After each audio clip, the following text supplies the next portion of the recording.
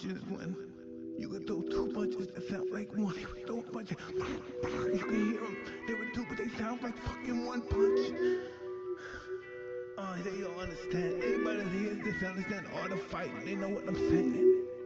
He threw two punches that sound like one.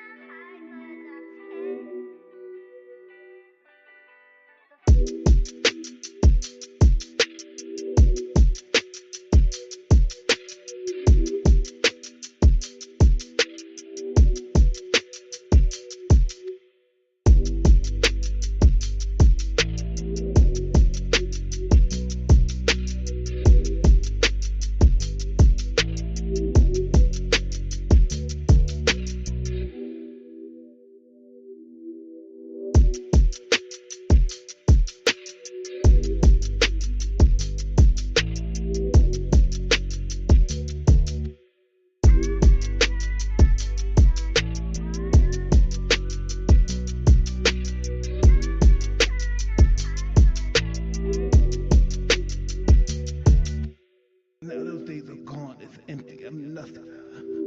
I'm working on being the art of humbleness. Can you be with me? That's the reason why I'm crying, because I'm not that person no more.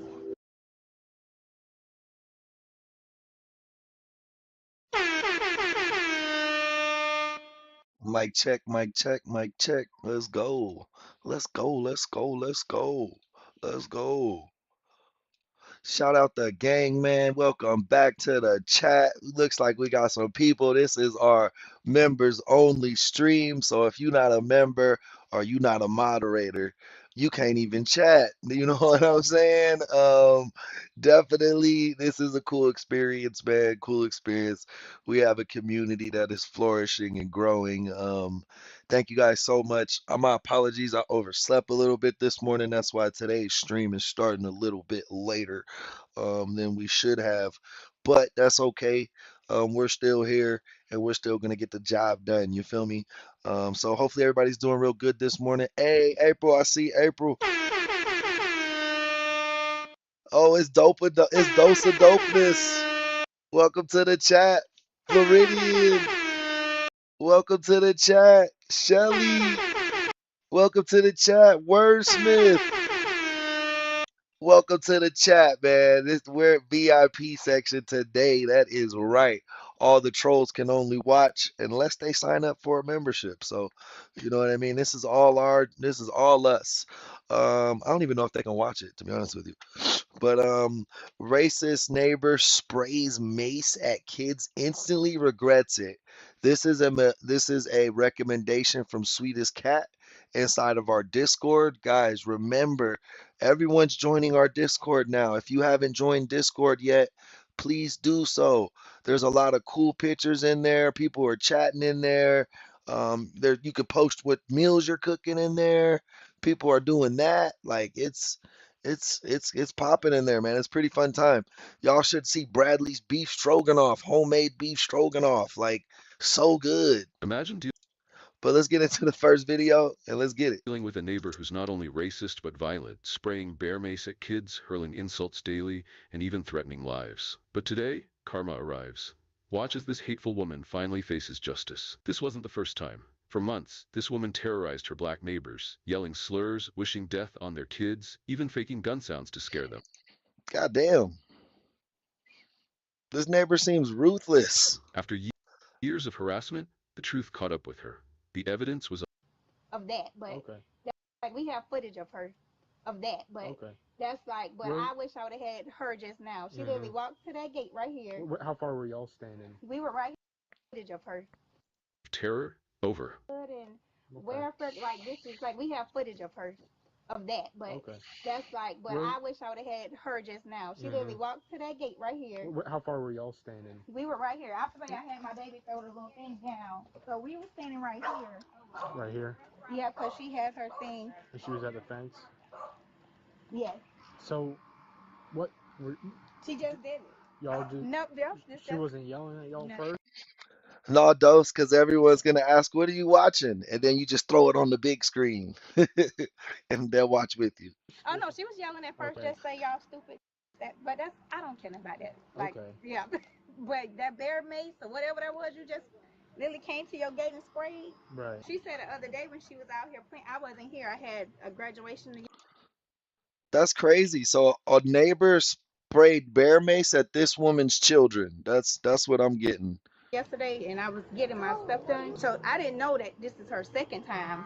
My daughter said she did it to her while she was out playing in the pool and told her she wished she drowned, and I didn't know nothing about that until I just called the police. She sprayed then too? Yes, but I didn't know anything about that time because I wasn't here, and she just told me she sprayed it, and I told her I didn't. And that was when, you said? When I got my eyebrows done Thursday. So yesterday. Yeah. Okay, do you want medics just to check y'all out? Well, my chest is hurting a little bit. I don't know, but she should have that big old whatever.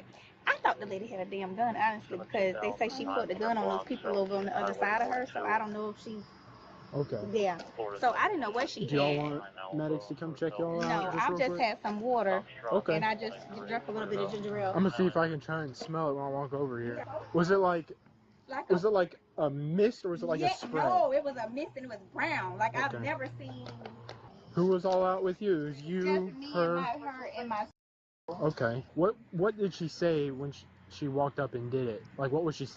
No, Dose. The kind of, but it's the children, not the chick, not the lady. She didn't mace the lady. She's saying she could just smell the remnants, but her kids were playing in the yard, and then the neighbor came and started spraying bear mace into the yard. You feel me? Like just in the air. And then when the kids ran back in the house and told the mom, she called the police. She just said, "You stupid," and just sprayed. That's it? That's it. And that's her favorite. Like I'm not even. She cracking up. Like she got this crazy ass lady and she's staying inside of her character and not getting crazy herself, because it would be really easy to be like over emotional when someone just sprayed bear mace at your children. You know what I mean? So the fact that she's sitting here calm and collected, talking to the police officer, lets me know that this woman is a good mom, bro. My daughter probably got 100 recordings of her. Okay. Like this is like. Would it be alright if I could see one of the recordings? Yeah.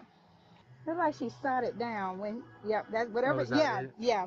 Because she had just, I'm finna say, whatever she had just sat down with it. I had to grab the phone, tried to get it, whatever that big old black thing is. That's what she came to the fence and sprayed. What does it look like? Like it looked, that's what I say. Does it have a canister? Yeah, like a canister. What color is the canister? Black. It all looked like it was black. And then the handle was black too? Like it all looked at black. And then she sprayed. I was like, I didn't know what she had. And then she held it up and sprayed it in like a big old black mist. And it was so like, so I was like, it must be bear mace, because I done been sprayed with regular mace before. Are you wanting to press charges? Yes. Okay. I'm sick. Like, I don't care what she say to me and my big kids, but my don't even, like, they didn't even know what that was until she started saying it. Right. Like, and she still probably don't know what my it's like. Right, that makes sense to me from the mother. Like her little kids don't know what the N word is or like cuss words. Like babies don't know like racism, bro. They're people are taught that shit.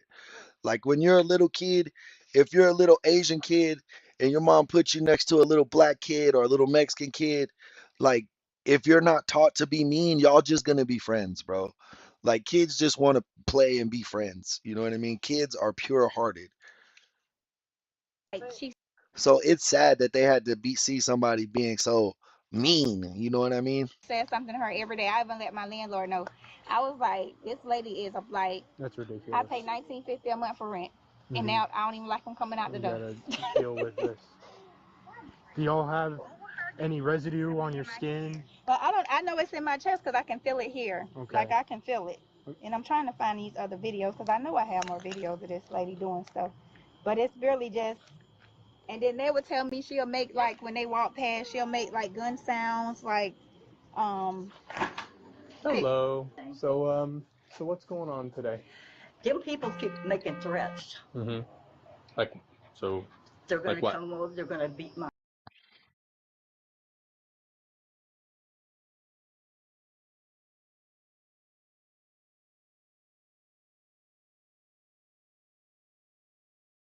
Man, shut your bitch ass up. My ass, Mm-hmm. and they're going to smash my face in. Okay. Put the little kids up to come over to the fence and throw stuff at me because all I do is sit on my back porch and read. So stop the cap. I don't puppy. know who they are. Mm-hmm. I couldn't even tell you their names. I don't have nothing to do with them and I don't talk to them. Okay. So what happened today? She come over to my fence with a, they keep tripping cell phone thing. I don't know what it is. They put the little cell phone in a little kid's hand, make them come over to the fence and they tell them to say stuff. Mm-hmm. Okay? And then they hold the cell phone up like this here. To do what? I don't know. Okay. Trying something. And then she, that woman, she keeps saying she's going to take care of me. Okay? What's she saying exactly? Huh? What'd she say exactly? I can't hear her. Okay. I can only see her, the motions and what have you. Okay? Okay. But they sit on that back porch over there and they'll come out.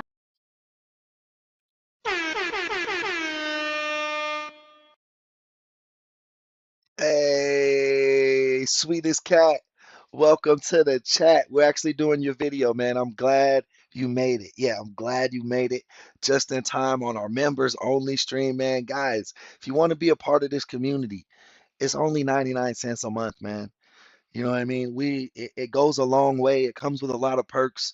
And more importantly, the chat, man, the chat is so damn amazing that you will never want to leave. Peace and love to everybody who showed up to the memberships, the members only stream. They'll paste something down that fence, saying stuff. I ignore them, Mm-hmm. you know, and they just back and forth, back and forth. And then finally, they'll go in one door, out the back door, paste something down, in the front door, out the back door, paste something down. And that one guy over there, I don't know, there's a whole bunch of them. There's supposed to be 4 people, a man, a woman, and 2 children. Mm-hmm. There are 10 people living there, okay? But then he paces up and down the fence line and makes all kinds of horrible Bro, there's not 10 people there. I think there was like 2 little kids, 2 teenagers, and 2 adults. noises, whistles, you know. Mm-hmm. I have no peace here. Okay. Have you tried calling us? Huh? Have you tried calling us? You guys got enough to do, okay? Mm-hmm. I keep thinking that maybe, because the lady that owns the house, I called her about, and she knows. Mm-hmm. Yo, that's funny. Because he was like, have you called us? Like asking if she ever reported them to the police for all the stuff that they supposedly did to her, right? Well, her answer is no, you guys got a lot to do. That's because she don't got no evidence and this shit probably never happened. And she's not going to renew the lease. Okay. But they can, you know, I don't know. I don't like. Mm-hmm. Black people are nice. You know the difference between the black people and. I hope you do. Oh.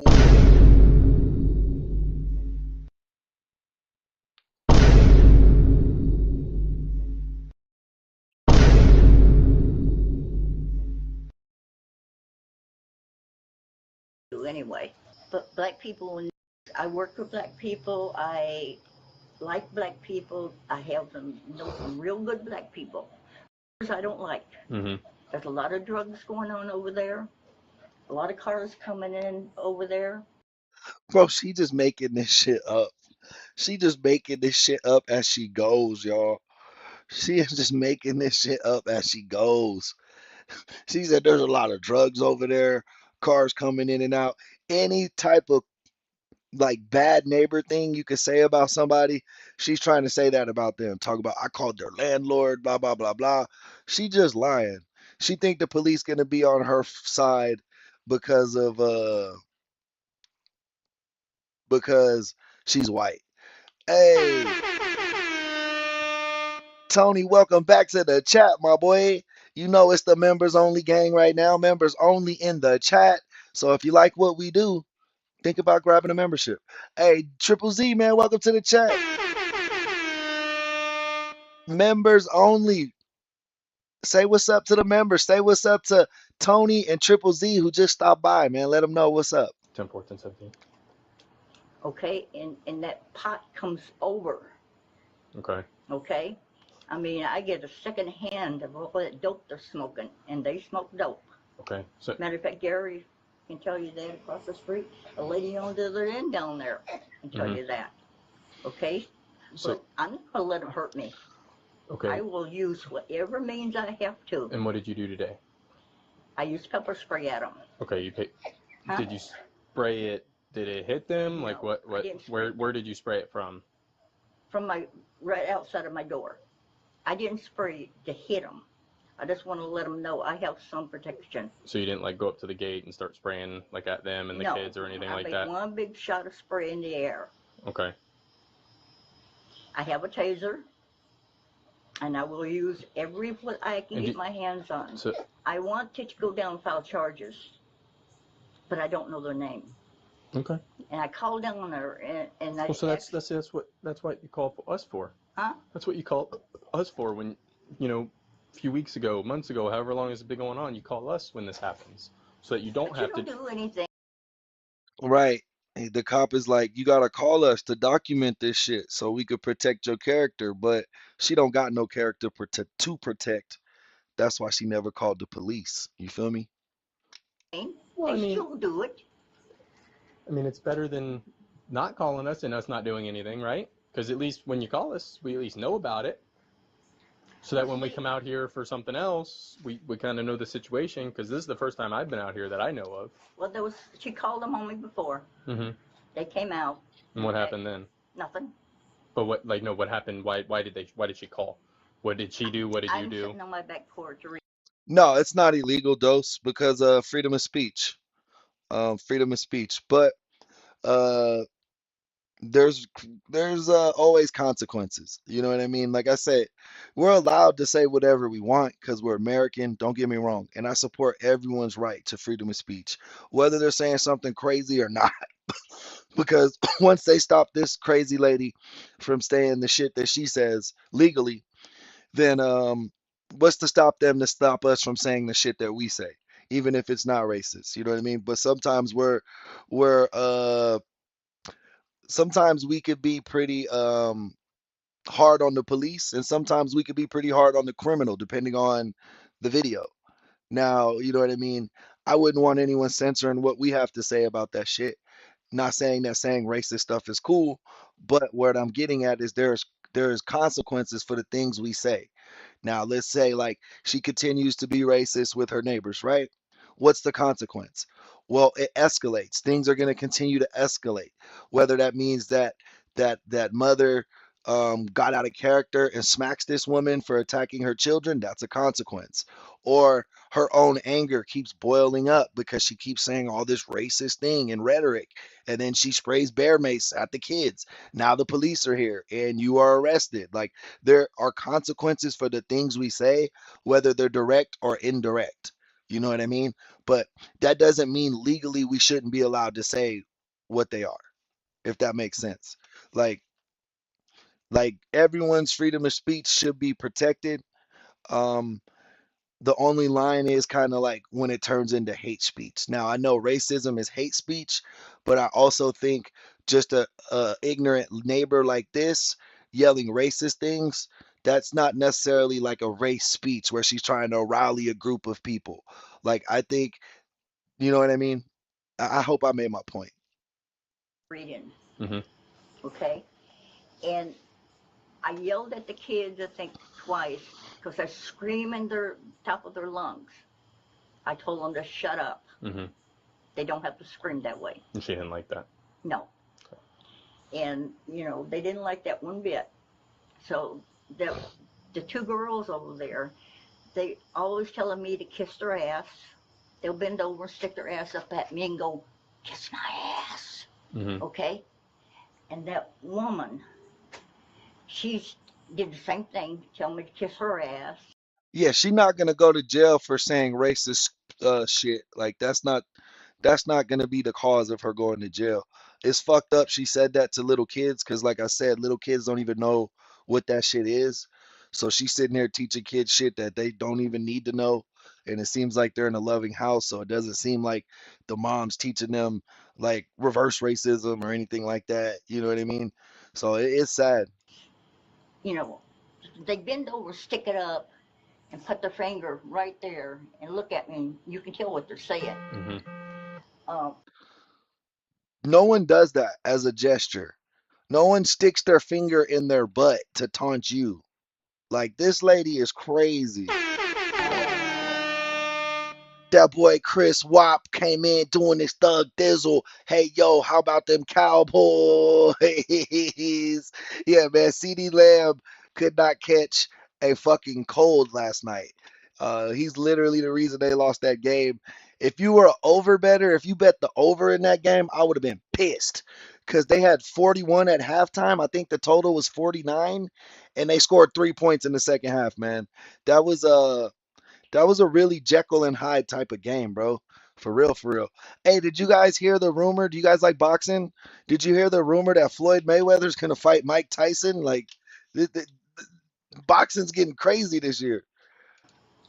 They'll get in those windows facing my house. Nobody else can see them. So facing my house, and they'll get in those windows. They'll send those kids out to the fence, and you can hear them telling them because the kids keeps looking back at the window, So there's nothing against the law for doing that until you report it to us that it's happening over and over and over and over and over again. I reported it to the first ones that were here. Because then it can come under harassment, okay?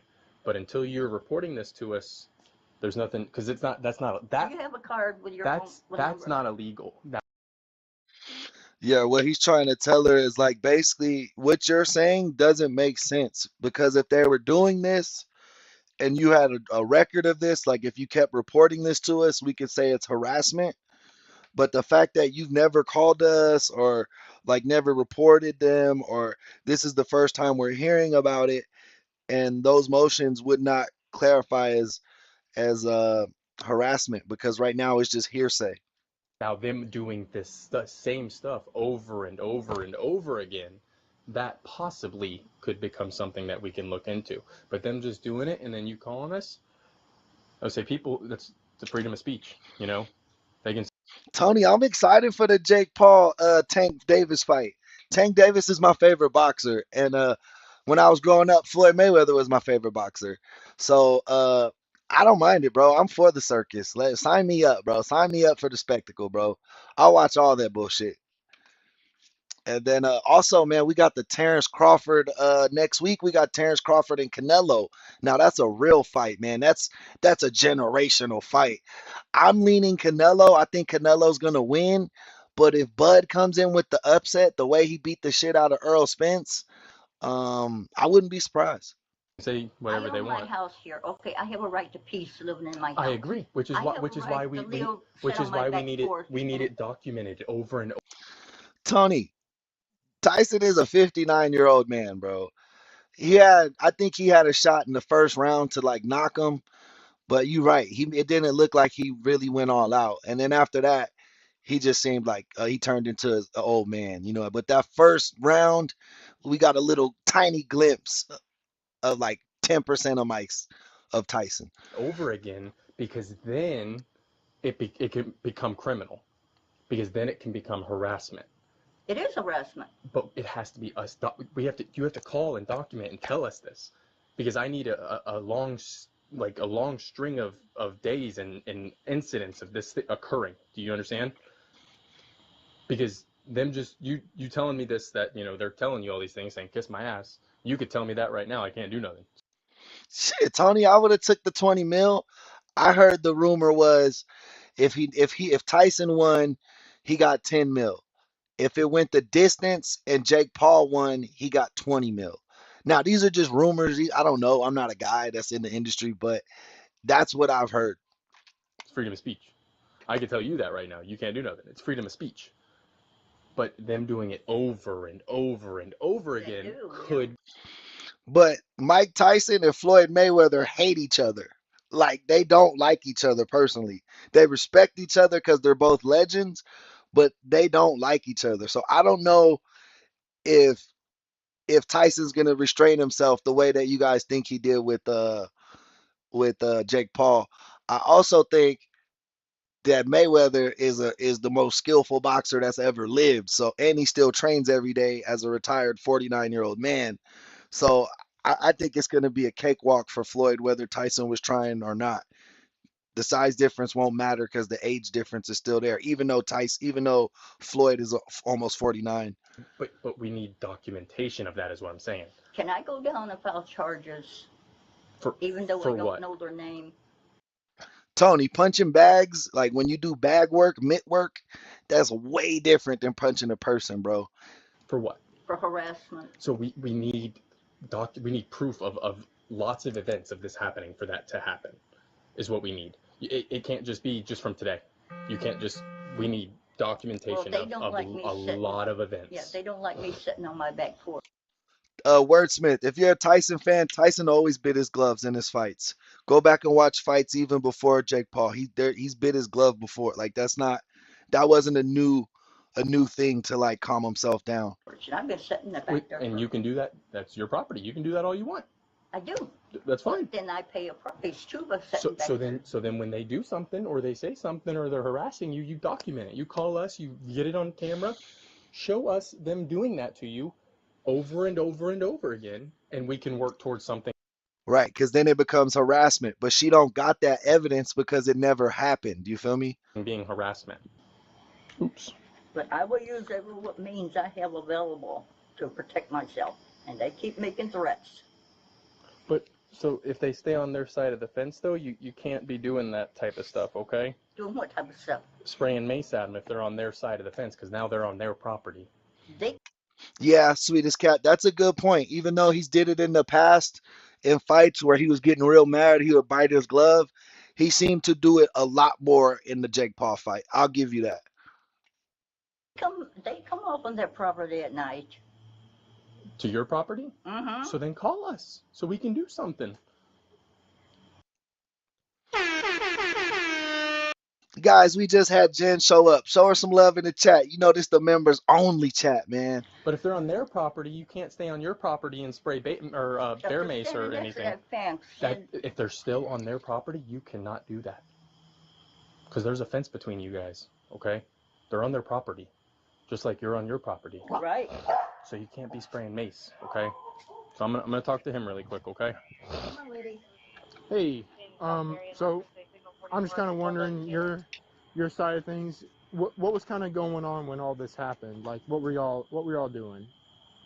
He talking about today. Today, yeah, with this incident. Like, why? You're playing with the bubbles? Okay, what did she do? Oh, shit, sweetest cat. Sweetest cat.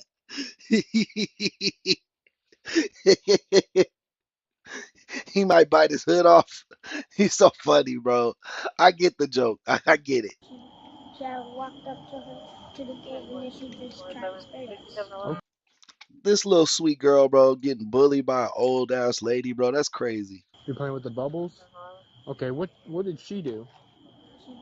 I walked up to her to the gate and then she just tried to spray us. Okay. Did you feel the effects of the pepper spray? No. Do you need medical attention for any reason? Like, does your nose hurt? Does your throat hurt? Your lungs? Your throat hurt a little bit? Oh, your nose? Okay. We come home and you'll just hear it. That's what she said. She just sits there all night. All day. Stupid. You don't belong in this neighborhood. All this, she make gun sounds like this is every day that God give her. That's what she decides to do. Gotcha. Chat, you guys seem to like sports. I like that, man. I like that you guys are into sports and true crime because that's me, bro. That's like I think it's great when like minds get together, man. I appreciate the chat and all the members and all the subscribers, man. You guys are so awesome. Let me talk to her real quick. Yeah. Hi, Miss Ada. Hi. Hi. I know you talked to him a little bit earlier, but I just want to talk to you real quick. My name's Deputy Kenny. Okay, I'm kind of the one doing this whole report. Okay. So I know you already told him what's kind of going on between y'all. I can't really, I don't know what's wrong with them. Yeah. It's okay, Bumpers. They do drugs. Okay. I mean, everybody in the neighborhood knows that everybody's watching. Mhm. They keep making threats to me. Okay. Especially those two girls and that one woman. Okay. Okay. For some reason, I don't have nothing to do with them. I don't talk to them. I can't even tell you who they are. Mhm. Okay. But I do get out and walk. I had to pick up their trash out of my yard, bags of dirty baby diapers, throw it over I don't know who did it, but they were dirty baby diapers, and that's the only baby over there that I know of. Okay? Okay. So there's a lot going on. Okay. She lying. You know damn well that Karen would have took pictures and called the police if somebody was littering in her yard. If she had the slightest reason to have the police come out there, she would have called. She keeps saying, I don't want to call the cops. Y'all got bigger fish to fry. But it just doesn't fit the narrative. They keep telling me how they're going to punch my face in. They're going to take and come over and beat the hell out of me. And, you know. When did they say that? Just about every time they see me on my back porch. Okay. This is my house. I gotcha. I have a right to protect myself. Sure. And I will use what means I have to do that with. I gotcha. All right, so. And if they're if they get hit with something, that's their problem. Okay. I'm just gonna read this to you real quick. Just because I have to read it here before I keep talking to you. Okay. Do you understand each of these? She about to get arrested, y'all. He about to be like, he about to read her Miranda rights and be like, turn around. Put your hands behind your back. Rights? No, not really. Do you want me to read them again? No. Okay. All right, Miss Ada. Because I haven't done anything except live in my house. Yes, ma'am. I understand.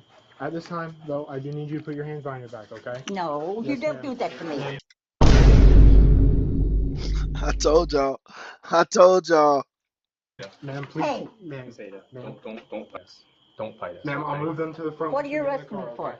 Okay, it's going to be simple battery, okay? No, I haven't touched anybody. I got you. I need you to put your hands behind your back. Ma'am? Wait a Miss minute. Ada. No. I got to take care of this animal. Is there anybody that we can call for you? No. Okay, so. We'll take care of the dog. We'll let him inside. I'll put him inside, okay? What are you going to do? I'm going to let your dog inside. No, but what are you trying to do with me? You're being placed under arrest. For what? Okay. For simple battery. I haven't touched anybody. Ma'am, I need you to put your hands behind your back. Miss Ada. Ma'am, don't make this difficult. I got arthritis in my shoulders. Yes, ma'am. Well, so don't fight us, and we'll get it to the front. No, I don't understand what you're trying to do here. I haven't done a damn thing. Okay, can I call somebody? We'll figure that out in a minute. Who are you trying to call? My grandson. Yeah, we'll work on that. Do you know his phone number? Not right off the top of my head. Where's your but phone? He's supposed to be. So where's your phone? Do you want us inside. do you want us to grab it and bring it with you? No. Okay. Okay. No, wait a minute. No, we're not stalling. I need you to. That's the only car. Ma'am, it's either we grab the phone. You want them to see you do this, don't you? No, I want you to get in my vehicle. I got to go get my keys, or I can't get back in my house. You can get your keys. I'm not letting you back in your house. I just asked you if I could go get them, and you told me no. You're not going back in there because we don't know what you might grab. You might grab that bear spray or mace. We don't want that to happen. Okay. So I will go get your keys if you would like, and your cell phone, and you can bring them with you to the jail. I don't have a cell phone. You just said you did. No, I have an extension phone from my phone. It's like you can move She has a cordless phone. That's what she's trying to say, like a house corded phone that has the number saved in it. But yeah, she going to jail. She don't even. She's so worried about the neighbors seeing her put her in the car, as they should. You know what I mean? Like the neighbors should still be out in the yard, like just watching, like to let her know, like stop messing with us, because this is what happens when you mess with us. Move it around on the back porch, out in the yard, but it's not a cell phone. So how would you like me to get your keys? Okay, if you go inside the door, my bedroom will be to the right. My purse is right there beside of my bed. The keys are right on the bottom shelf. We're gonna walk to that front car, okay? What? We're gonna walk to that front car with my light on it. It's gonna be a 6-minute delay. He really don't. Racism has consequences. If you faced hate like this, document everything and never stay silent. Want more real-life karma? Smash that like button, subscribe, and ring the bell. Comment below, what's the worst neighbor drama you've seen? A pair of siblings who killed All right. a 15-year-old learned their fate. A judge sentenced 17 All right. So man, that was a silly situation. That lady just had to mind her own business. Her hate in her own heart caused her to go to jail by just keeping antagonizing those neighbors. I don't think she'll ever not be racist just because old dogs don't learn new tricks. But I hope she leaves those people alone because I don't want to see her tormenting anyone's children.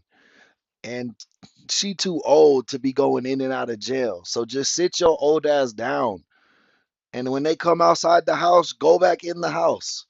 That's all you got to do, old lady. You didn't have to break the bear mace out and think you was John fucking Wick. Like, speaking of John Wick, did anybody watch that movie Nobody that I was telling you about? Yeah, I really liked it. And then I watched Nobody 2 last night, and that shit was fire, bro. So if you haven't seen Nobody and Nobody 2, find those movies. I think Nobody's on Amazon Prime.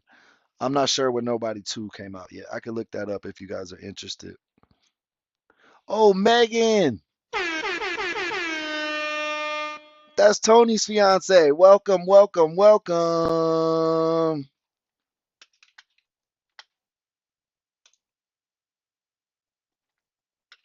year-old Kyle Hooper and his sister Amber Wright to life in prison. The two were found guilty of beating, shooting, and burning the body of 15-year-old Seth Jackson. And you helped drag him back in the house after Seth tried to escape. Yes, ma'am. This case is the single most cold, calculated, premeditated case of murder that I have ever seen. In 2011, Kyle Hooper was living as a roommate with Charlie Ely and the boyfriend of Hooper's half-sister, Amber. Oh, we seen this case. This was the kid. Remember this lazy-eyed lady right here? Can y'all see her? I don't know if y'all can see her. Shit. All right, remember the girl with the lazy eye? And then the girl Amber, and then they killed that one boy that they invited over to the house, and then they burnt his body and pounded it and shit. Hey, Tony! Tony out there said it in that memberships, man. Thank you. He gifted a membership to JD Kennedy. JD Kennedy, you scooped it up. I hope you're here for the chat. If not, we'll see you next time. Thank you, Tony. You guys appreciate Tony for helping sponsor today's episode, alongside with Chris Watts. So yeah, this is the little fat boy that was like, yeah, we gonna go to jail. Like y'all can still be okay. You know what I mean? This is his interrogation, the fat redhead boys. Right. The 16-year-old was under a lot of stress. He struggled to make rent, even though he was taking as many shifts as possible at McDonald's. He was also caught up in the drama between Wright and her ex-boyfriend, Seth Jackson. The two had parted on bad terms and were spreading lies and insults about one another. Hooper, as well as Wright's current boyfriend, Michael Bargo, fell for the lies told by Wright, and their animosity toward Jackson grew. It did not help matters when Hooper caught Jackson in bed with his girlfriend, a betrayal that Bargo used to get Hooper to agree with his plan. He wanted to murder Seth Bargo. Dang, see, we didn't know that. We didn't know that part in the last time. I mean, Seth didn't deserve to die, but we was wondering like why these boys was like why he would be involved in this shit, like the little fat kid, Kyle. But see, after he broke up with his girl, he snatched Kyle's girl. Bargo, Hooper, and Wright plotted with Look, bro, all these 5 people plan to kill this one kid, Seath, man. I remember this story. their 2 friends, Charlie Ely and Justin Roach Soto, to lure Jackson to Ely's home, where Bargo planned to shoot him. Wright and Ely Yes, that's what happened. That's what happened, Dose. convinced Jackson that Wright wanted to repair their relationship, and he agreed to come over to talk, unaware that Hooper and Soto would be lying in wait with sticks. Once Jackson was in the house, he was attacked by Hooper and Soto, while the girls ran to another room. Bargo shot Jackson repeatedly with a .22 revolver, eventually killing him. After dismembering and setting fire to the body, Bargo placed the remains in paint buckets, which he then hid in a nearby quarry. Have a seat right there. All right. I got a few questions.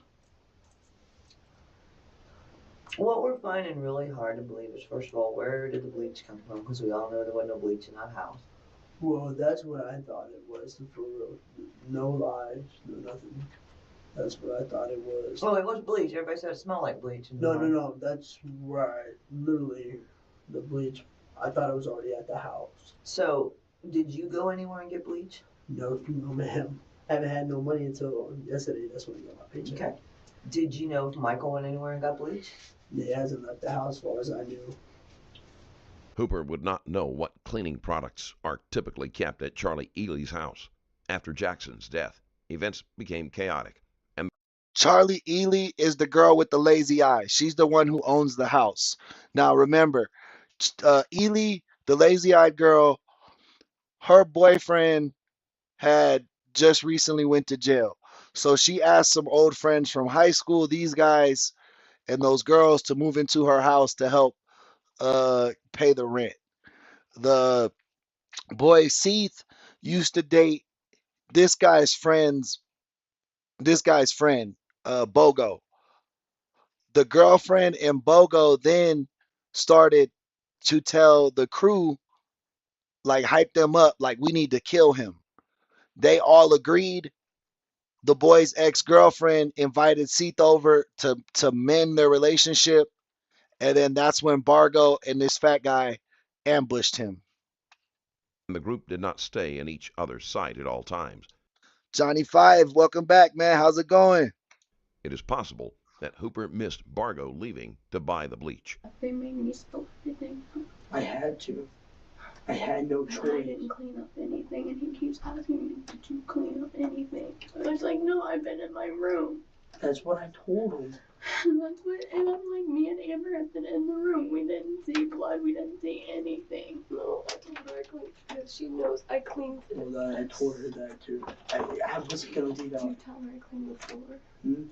Well, I told her. I told her I only cleaned the door. I told her every single detail that I.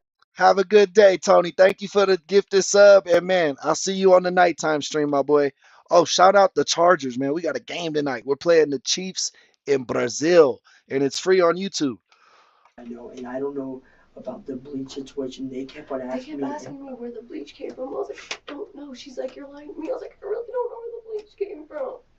I told her the same exact thing. I didn't know. When I got to that house, when I started living there, that bleach was there. As far as I knew. She was like, does your mom know about I can. See, last time we visited this case, you see this girl right here. You guys see my cursor, the one in the back facing the camera. She was the interrogation footage we watched. It was burnt. Another thing that we're kind of concerned about. Did he leave the house that night at all? I'm not sure. I mean, I did fall asleep between any of the times, but I have woke up. But he was after there. he shot him, what did he do exactly right after he shot him? What did he do? He grabbed the body and he hurried up and dragged it into the bathroom. Okay. So you saw him dragging it into the bathroom? Yes, ma'am. See him put it in the tub? Didn't really see him put it in the tub because I was out, but I did come back in and I was seeing him put it into the bag. Excuse me. Detective Stroop, I need you to step off for a second. Excuse me.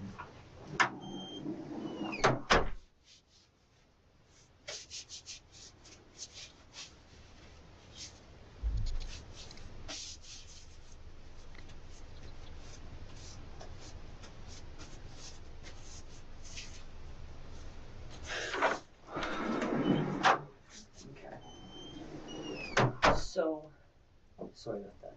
No, that's wrong. I want to be perfectly honest with you, okay? This is how I work. I'm giving you an opportunity right now to lie to me, okay? If you take that opportunity, okay, you're a fool. The detective isn't bothering with a soft approach. Hooper has already made it clear that he is the weak link in the group, and she knows that if she keeps applying pressure, he will spill. Yeah, Johnny, we watched the other interrogation. Last week, we watched the Lazy Eye Girls tape. Now it's the Fat Kids tape. Everything. No, I'm not lying to you at all. Everything that comes out of your little mouth right now better be 110% the truth, okay? Yes, ma'am. What was one of the things I first told you when I met you today? What did I tell you I would never do?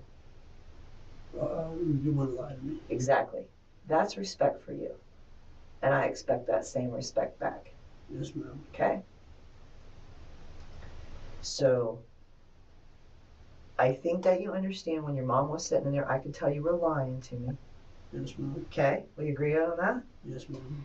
Mom got out of the room and I said, I want the truth. Now, I'm going to give you one more shot right here, right now, to correct any little discrepancy. Okay? You have to remember one thing.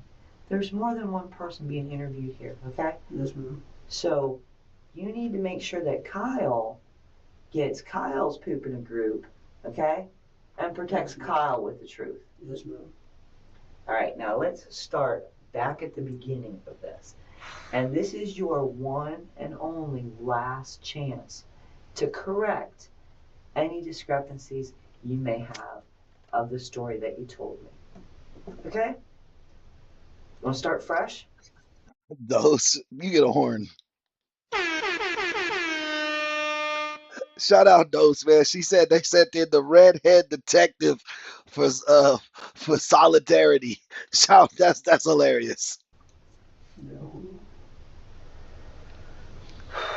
Man, I'm scared. Kyle, I'm sure you are. Okay? I don't want to go. I don't want to go through none of this. I didn't mean for none of this to happen. Okay, but you know what, Kyle? Right now is the time to man up. Right now is where the rubber meets the road. Okay? So, I'm not going to waste my time with you if you're not going to be honest with me, okay? I'm going to throw you away like a piece of garbage. Now, are you a piece of garbage? I hope not. You hope not? Yeah. Okay.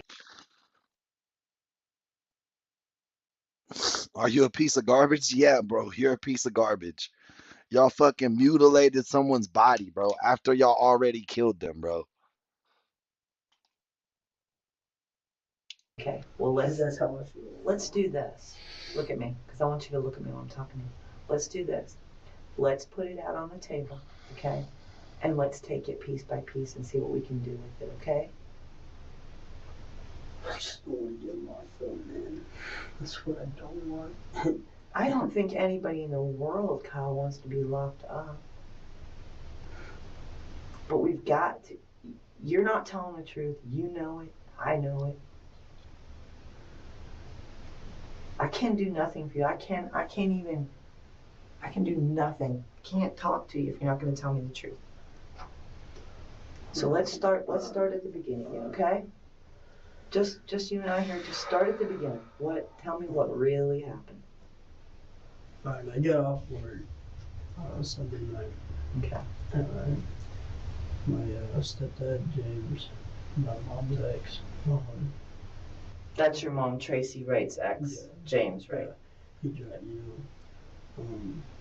me off. He dropped He dropped me off at Charlie's. Okay. And me and him were talking because I just got done yelling at my mom. It was all aggravated. For what? Because I sold my laptop and I had paid Charlie. I sold my laptop. She was mad about it. You sold your laptop to what? Pay Charlie like rent or whatever? Yeah. And my mom was mad about it, and I was upset. And, I just got done yelling at her and everything, and I told her, I'm losing my family and everything. And you told who you're losing? My mom. Okay. I'm losing my family. I'm losing everything. And what do you gotta explain that to me. What do you mean you're losing your family? Why? Because it's like every time I turn around, something's going on, something's happening. Like what kind of stuff? Tell me. Like I'm always arguing with my dad. My dad and I are. We weren't on talking terms until yesterday, really. Okay. And it was just. What are you talking about? You ain't talking about shit, Kyle. Kyle, you ain't talking about shit, Kyle. Come on, Kyle. Come on, Kyle. Tell this lady the truth, man. You talk about your dad and shit, bro. Nobody want to hear that shit. It's just in the last couple of weeks, I've had so much things on my mind. Okay, so your dad picked you up at work? Yeah, James picked me up. Now, James is not your biological father? No. Okay. Is that the one you said that you were just now on speaking terms with? Is James? No, that's my actual dad. Okay, so your biological father my mom's with now. He drops me off. Alright, well, we got this kid that comes over. His name's Brandon. He plays the guitar. Brandon? Yeah, his name's Brandon. He plays guitar. He's got long hair. He's in a band and stuff like that. That comes over to Charlie's house? Yeah, he plays guitar and Hey, who that?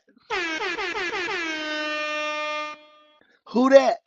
Welcome into the chat. Who that? Y'all show her some love. You know she one of our favorite members, man. Big contributor to the channel.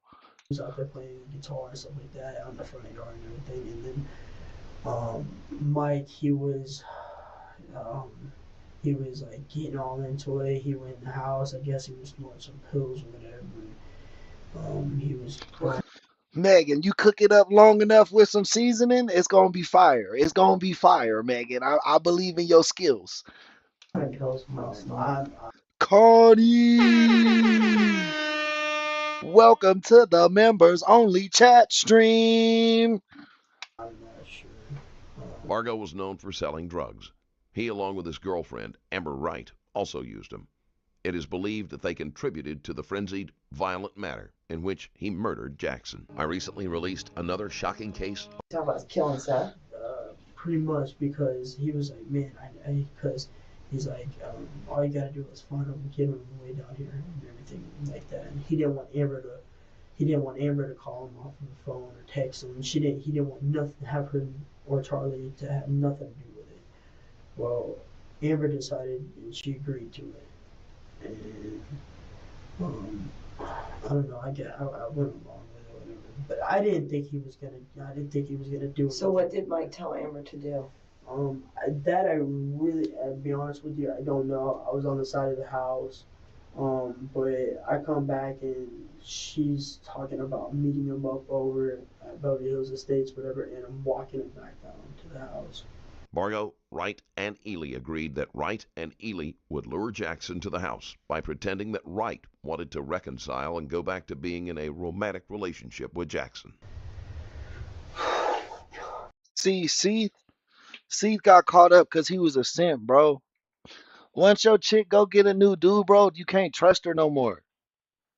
Once someone else's finger has been in that water, bro, that's not your cup no more. You know what I'm saying? See, you gotta know. He should have knew this shit was a setup.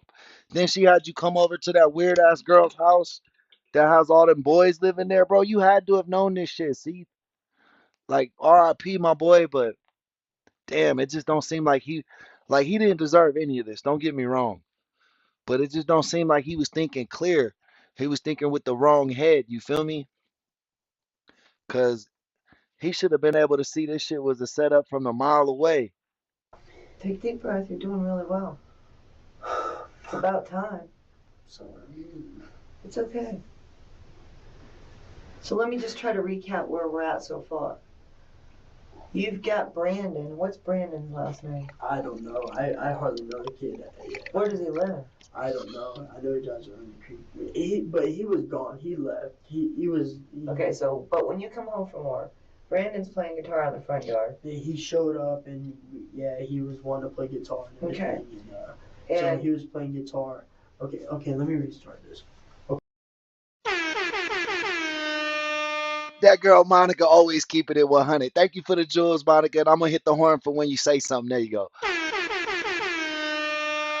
Hey, Monica, welcome to the members only chat, girl. You came just in time. Okay, I come up. James was there and everything like that. You know, we would listen to him. No, I get that, April. I'm just saying, like, I wouldn't have trusted her. Like, she's already like, watch the Seeth kid went to school. He was still in high school. He played sports. Like, he was more of a normal teenager. These guys were already delinquents, like dropouts, working McDonald's jobs. Not to say there's anything wrong with working a McDonald's job. If McDonald's gave me a job, I'd work that shit right now. They pay like 20 something an hour here in California. But what I'm saying is that these other kids were already doing drugs, living outside their parents' house. You know what I mean? So he should have known, like, she fell into a bad crowd and he could have just stayed in high school. You know what I mean? Play guitar or whatever. James, right? Yeah, James was still there. It was okay. James, Brandon, my sister, Charlie, Mike, and I, and Justin. Okay, we were all there. Well, he kept Mike. You know, like I said, he was doing the pills or whatever. You went in the house and he'd come back. And Anybody else doing pills with him? Honestly, no, I don't really. I mean, I have a couple times, but I really don't.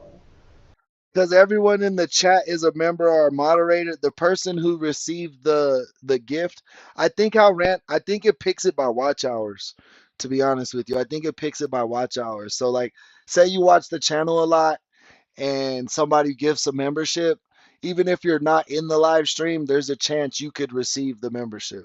Because I believe Floridian received a membership on a live stream he wasn't in.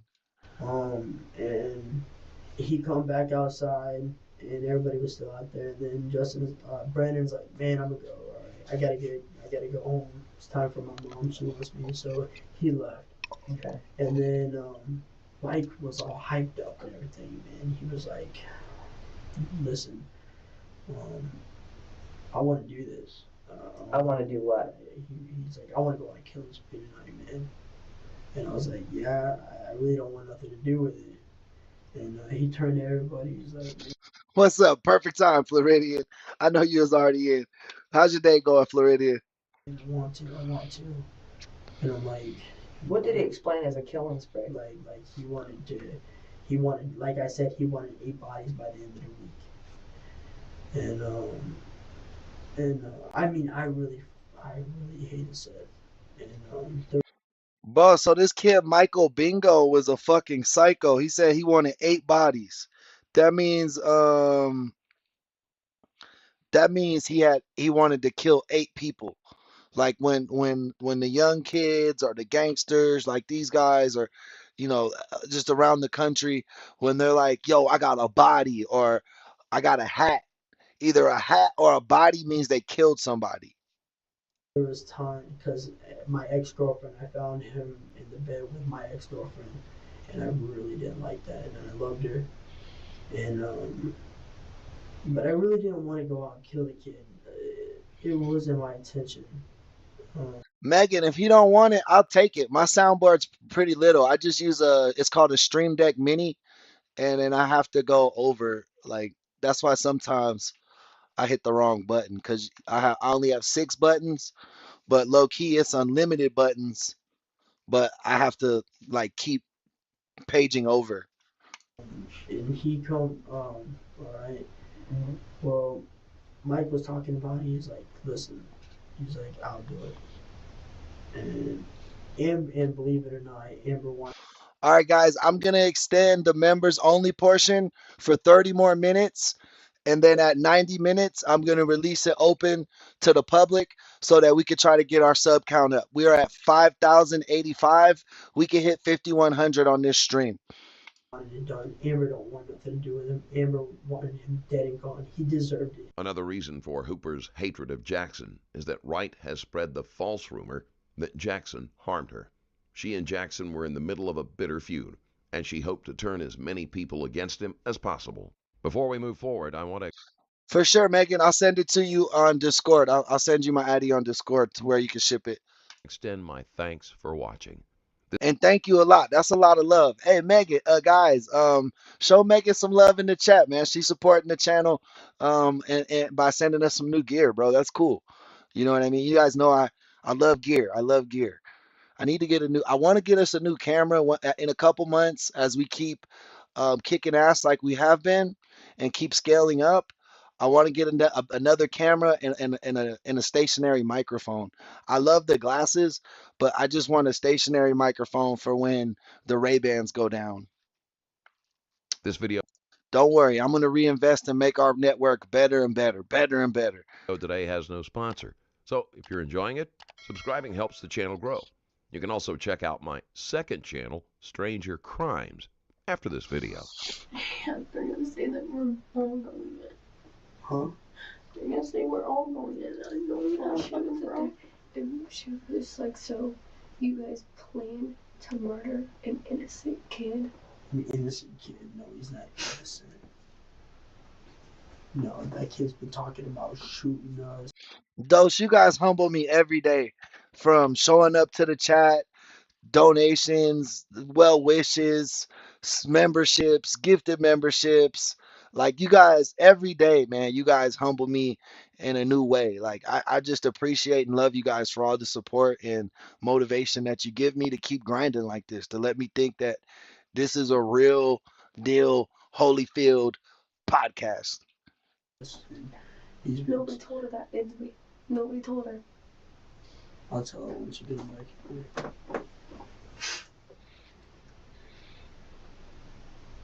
Mom's gonna hate us. Yeah, imagine how my family is gonna feel. Already does hate us. She's not gonna hate us, she just said that. I need my mom and mommy. I'm scared. I miss Joey. Listen. I'm not gonna be able to say Joey's gonna leave me. No, listen. We put this detective in here and we're all three gonna talk to him. You understand me? We're all three gonna sit here and tell them the same thing because it's all out in the open now. Yeah. And we did not kill an innocent kid because this kid is not innocent. So beyond nothing. And I told her he threatened to burn my house, to kill my family. I told him that. What'd she say? Because she never told me. That's why she didn't tell me it was an innocent kid. That's why. So, when did she tell you this? Bro, you have no proof that this kid said he was going to burn down your house or anything like that. He's saying this shit because he knows he's on camera. He's basically telling them, like, yo, me and Mingo will take the blame. We'll try to get y'all off type thing. She pulled me in the room next door. Right you guys have been coming out. together the whole time, right before I walked back. I haven't seen nobody since the first time I've seen anybody. Super Cat with the super chat. You know we like that. Thank her for helping sponsor today's episode. Please drive safe, sweetest cat, and we'll be here when you get home. You really did. So there was the talk about you wanted him dead and Mike agreed to do it for you? This was a while back, but this was in the same day, and I wanted him dead, but I didn't want to do it, and I didn't want nothing to happen over at Charlie's house. I said, you can do it on your own, basically. How long ago did that conversation take place, before or Sunday? Probably about after that fight over in my front yard, in the front of my yard, a couple of days after that. So you're talking about Friday? No, this was like, when this shit a while back, buddy, he really did. So there was the talk about you wanted him dead and Mike agreed to do it for you? This was a while back, but this was in the same day, and I wanted him dead, but I didn't want to do it, and I didn't want nothing to happen over at Charlie's house. I said, you can do it on your own, basically. How long ago did that? He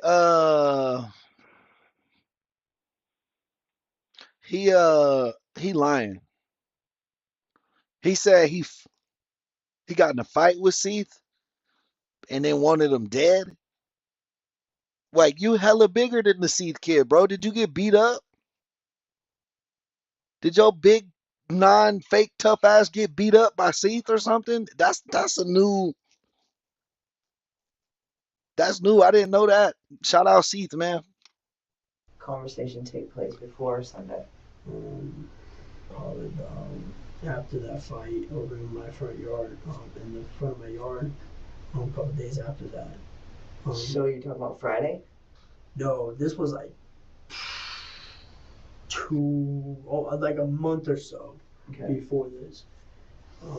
So a month or so before this, you and Amber and Mike are talking about killing Seth. That's premeditation, bro. You just got yourself the death penalty. No. I wanted him dead, but I didn't want to do it, and I didn't want nothing to be a part of it. I didn't want nothing. And Mike said he would do it. But Mike said he would do it. So you talked to Mike he kept on saying, man, I'll take the blame for everything. I'll do it. Bro, what are you? You are sitting here telling this lady you are the mastermind and that you manipulated a drug addict to kill somebody, bro. That's literally what this cop is receiving from this messaging right now. Everything. I'll take. Michael Mingo or Bingo, Gringo, whatever his name was. Y'all all drug addicts. The blame if the cops ask you if anything, I'll take the blame. I have nothing to lose. And I was like, I still don't want nothing a part of it. And now we're going back on the day that I got off work. Back on Sunday. You know, we're going back on that day now. Okay. And he's like, all right. I told him, all right, it's whatever, man. So he says, I feel like going on a killing spree. And I told him, it's whatever. And Amber agreed to it. Everybody was agreeing to it. So did Soto agree? Huh? Soto? Roach? Everybody agreed. He agreed? I said, everybody agreed. Amber agreed? Mm-hmm. And Charlie agreed? Mm-hmm. Mike said he would do it, and you agreed. So there's 5 people. Yes, ma'am. Okay. Oh, my God, man. That's a conspiracy to commit murder, bro. I mean, I enjoy it because this dude's a fucking criminal. But how stupid can you be, bruh?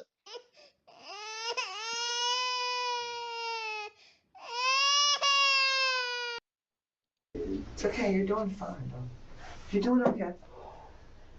And so what did you guys agree to do? What was the plan? Okay, well, I walked onto the side of the house. Amber wanted to talk to, Mike wanted to talk to Amber or whatever. And then all of a sudden, Amber got on the phone with Seth. He's like, it's better to call than text because they can trace back text. And I was like, and I guess Amber. Wait, hold up. There was some shit on the side of the screen I want to read for y'all. I walked onto the side of the house. Amber wanted to talk to, Mike wanted to talk to Amber or whatever. And then all of a sudden, and I was like, I still don't want nothing a part of it. And now we're going back on the day that said everybody agreed. Amber agreed. Mm-hmm. And Charlie agreed. Mm-hmm. Mike said he would do it, and you agreed. So there's 5 people. Okay. Oh my God, man. It's okay, you're doing fine, though. You're doing okay. You know. So what did you guys agree to do? What was the plan? Well, I walked onto the side of the house. Amber wanted to talk to, Mike wanted to talk to Amber or whatever. And then all of a sudden, Amber got on the phone with Seth. He's like, it's better to call and text because they can trace back text. And Jackson, Amber, if you have me jumped, I will never give you the time of day. And then Wright, who's Amber, says, I could never do that to you. I just want me and you back. God damn, bro, that was super manipulative. I was like, hey, reading books, welcome back. Give reading books some love in the chat, guys. And I guess Amber agreed to it or whatever. Whose phone did Amber use to call? I think she used her phone. Okay, so she called Seth. She walked up there to Belleville State. Well, this was later on, a few hours later. Everything was agreed, everything. So wait a second now. Hold on, because you gotta take me through it slow, because I have to be able to explain it to you. So you guys are all there at the house. You decide that tonight's the night Seth dies. Basically? Okay. And the deal was that Mike would be the one that kills him? Or were you supposed to kill him and Mike was going to take the blame? Mike was supposed to do everything. Mike's supposed to do everything. And Amber's just supposed to lure him to the house? Basically. Okay. What you say basically? What was Amber's role? What was she supposed to do? Just to get him to the house. That was it. Just to get him to the house. So Amber calls him. And Amber calls. Okay. And then what happened? All of a sudden, Seth goes, okay. Welcome back, Monica. No need to apologize. I'm gonna leave Brittany. I don't even know who Brittany is, but he's like, I'm gonna leave Brittany and I'm walking by myself. You know Monica keep it 100, sending in them jewels. I'm almost halfway from Belleville Estates. Well, Charlie and Amber, they walk up there to go meet him. Okay. And Mike's sitting here talking to me about it. He's like, what's wrong, man? I was like, man, I don't want to do this. I'm nervous, man. I don't want nothing to do with this. And he's like, dude, he don't deserve to be here. He hit your sister. Think about everything he's done. Threatened to burn your house, everything. It just kind of kept on getting to me. And I kept on thinking about everything. I kept on getting angry. And then it was supposed to be planned that when he come in the house, Roach was supposed to be sitting on the couch. He was supposed to sit next to him. And Roach had a stick. I had a stick. And Mike was supposed to shoot him. Well, when Seth sat down, Mike was, the key word or whatever was supposed to be, Roach was supposed to say, fuck it, and hit him with the stick. And we were supposed to come out the room, and I was gonna hit him. I was gonna hit him, and he wanted him knocked out. Mike wanted him knocked out, but it didn't work that way.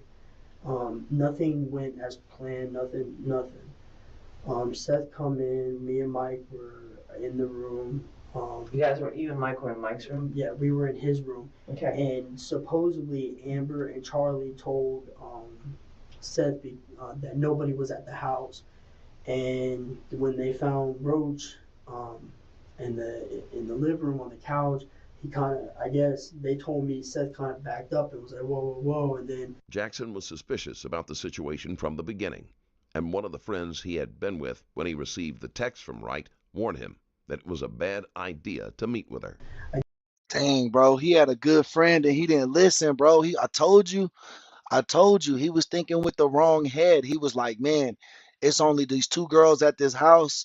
I'm finna go get my girl back, bro. But that wasn't gonna happen. I guess they were Charlie was making some lie. And I thought you were supposed to text before you come here or something like that. And I guess Amber and Roach was messing around with ice cubes or something like that in the kitchen. And Mike's like, man, I can't do this. It's got to be done now. He's like, wait, we can't. He's sitting in the love seat. He's like, it's got to be done now. What love seat?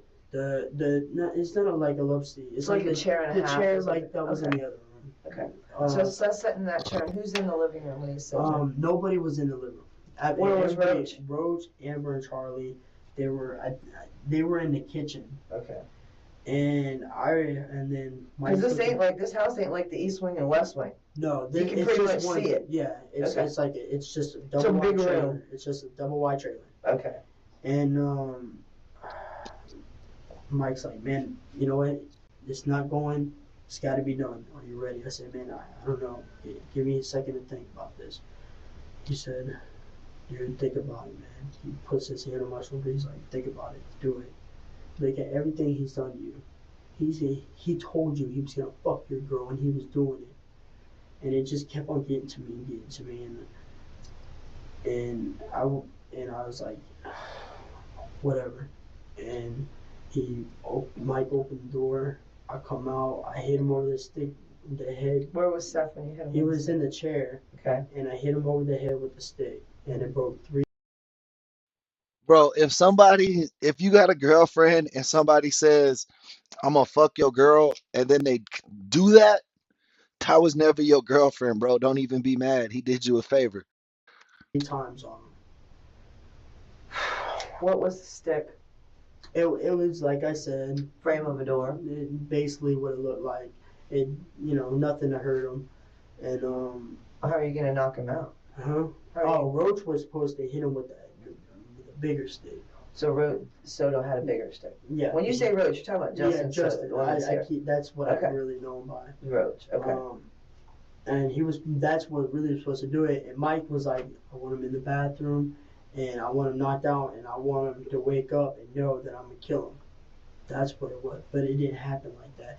I hit him, and he stood up, and when I broke it over his head 3 times, he stood up, and then Roach come in, and then he hit him with his stick, and then he was trying to go through the kitchen, and Mike shot him in the back twice with a gun. Okay. And then he was still trying to go out the front door, and Mike just kept on shooting him. I kept on telling Mike, I was like, stop it, let him go. And he just kept on shooting him. And he goes out the house, and Roach grabs him like this and set on the ground and has him choked. And I don't know what he did to his knee, but he kind of messed up his knee, and Roach rolled over. Who messed up his knee? Roach, Soto, and he rolled over, and Mike come up and shot him in the head, and that's when it was over. The shot to the face is what ultimately killed Jackson, although Bargo continued to shoot and beat the body. So he was shot outside the house? All right, in the house and outside. Okay. And, oh my God, man.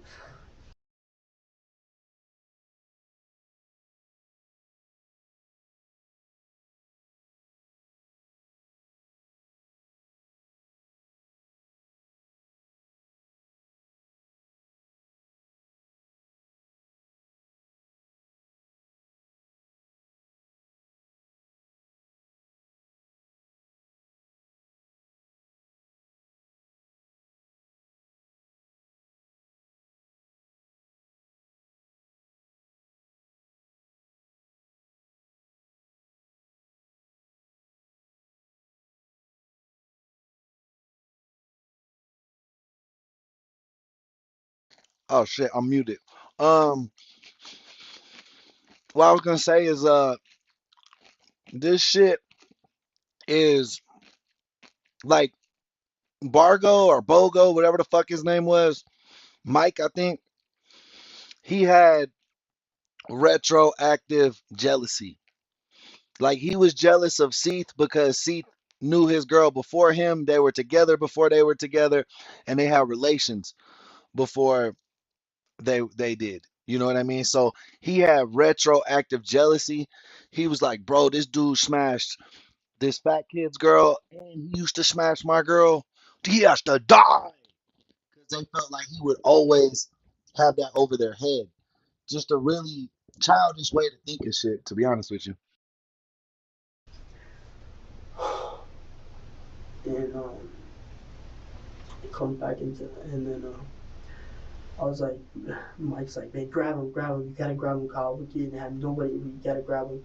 And I was scared, I was freaking out, and I'm like, okay. And I grabbed him, and I pulled him up the stairs, and grabbed who? Seth. I started pulling him up the stairs. Was Seth still alive? Partially, yeah. Okay, so he was still breathing at that time. He was partially still alive, partially, but he thought he was gonna die. Okay. Already. Where did Michael shoot him in the head? I think in the back of the head. I think he shot him right in the back of the head. Who was Soto? Was right the one closest?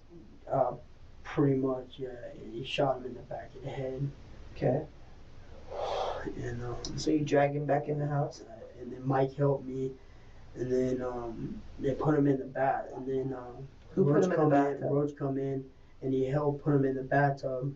Okay. And Mike put him in the bathtub, and I kept on running out the house, man. I didn't know what I was thinking.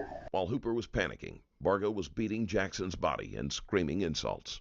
I didn't know anything. I was freaking out. I was scared, man. Mm-hmm. Where are the girls then? While this is all they went into the room. Okay. Right after I hit him with the stick, they ran into. They must not have no neighbors that live around them, like, because how the fuck did they not hear all this shouting, commotion, shooting, like a big ass fire, like all this shit that happened? How did it go undetected? And so they didn't see him get shot? Hey, Kiki. Welcome, Kiki, to the chat, guys. You know we like when the members show up. No, they didn't. No. That happened. And then I come in, and then Mike's wanting to break it. I come in, and Mike's trying to break his kneecaps to put Is him he in dead a at this point, or is he still? he's completely dead. How do you know that? Why? Because Mike kept on shooting him in the bathtub too. I heard it outside. Because the girls ran out the back door and went out front. Shooting him in the bathtub? Yeah, that's why I said he went because he had it's a revolver, 22 revolver, and he had 2 cylinders. And he had one for his magnums and one for his shorts, or whatever. And he put both of the cylinders in there. He put one and he laid, and that's what he shot him with the first time. And then when he was in the bathtub, Mike kept on getting all psycho and pissed. He kept on punching him and shooting him, and I had to grab. Mike is a bitch. I know he was afraid of Seth. I know he was afraid of Seth because of the fact he was trying to show all this aggression. To show all this aggression meant that he would have never seen Seth for the hand-to-hand combat. He was never going to give Seth the fair one because he was a bitch and he didn't want no smoke. Like he wanted the glory. He wanted everybody to be like, he crazy. He'll do this to you. He'll do that to you. But in reality, if the odds wasn't in his favor, he wouldn't bust a grape in a fruit fight. Like this to pull him back, and I told him to stop. I said, listen, you need to stop right now. And he's like, you're right. This one is from Stranger Stories. It's called When Kyle Burned His Friend's Body. And I let him go. So are there holes in the bathtub? He completely shot Seth. I mean, I didn't see no holes or nothing. They shot Seth. 22. 22. Okay. Kiki, what's up? 22 revolver. It's all black. Where is it at right now? It's under the house in the air duct. He said like a few feet to the left when you come out the bathroom. It's a few feet to the left, something like that. And so do I have to pick up the floor to get to it, or what? No, there's an air duct. I mean, bro was such a bitch that he was like, knock him out before I shoot him. Like, he didn't even want to stand, like, face to face shoot him. Like, you know what I'm saying? Like, you had every advantage in this situation. Like, why? And you still was acting scared. So just pick up the vent and pick up the vent, drag the air duct, the tube, and pull it back, and there's a slit where he was originally supposed to roll into it. There was nothing really supposed to be hidden there. He was the only one that's supposed to be hidden there if cops come up for him being for his warrant out for his arrest or something like that. That's what that was originally was for. Okay. Well, he threw the gun in there and everything. That's where the gun's at right now. That's where the gun Where is are the supposed to be sticks at right now. that you guys? Everything got burnt. Everything. The bleach, and like I said, the bleach was at the house that I knew of, and everybody kept on talking about bleach, cleaning the floors and everything. So we all just started freaking out. And, who all cleaned the floors? Me, Amber, Roach tried to, but he was sitting on the couch with his knee, putting ice on it and stuff like that, you know. I tried helping him pop it or whatever, and but it was me, Parsley, Roach, Amber. I don't know what Charlie was doing. I think she was still in the room. And then I tried helping to clean the bathtub or whatever, and then they put the body into the and then that's when I walked out, and then I was coming back in, and that's when Mike had his kneecap, had his leg pulled out like this with some in his hand, some hard, trying to break his kneecap. What would he have in his hand? I don't. It looked like it was wooden, kind of. I really don't know what it was, kind of rounded, but he was trying to break his kneecap with it, and eventually he did, and he put his legs behind his back, and then he hog-tied him, and then he put him in the bag.